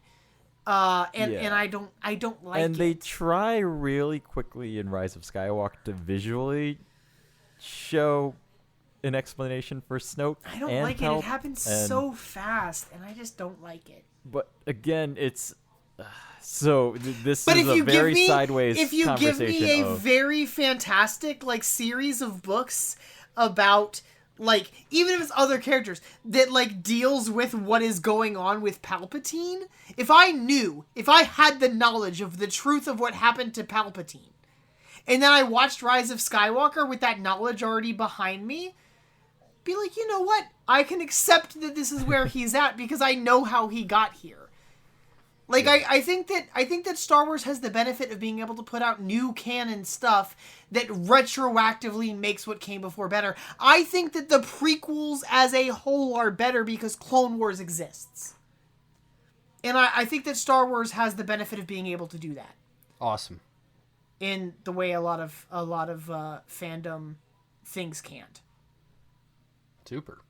yeah, and other fandoms definitely trying, and they fail at it sometimes, such as Wizarding World. Hey, as the host of a Harry Potter podcast, I can attest to that.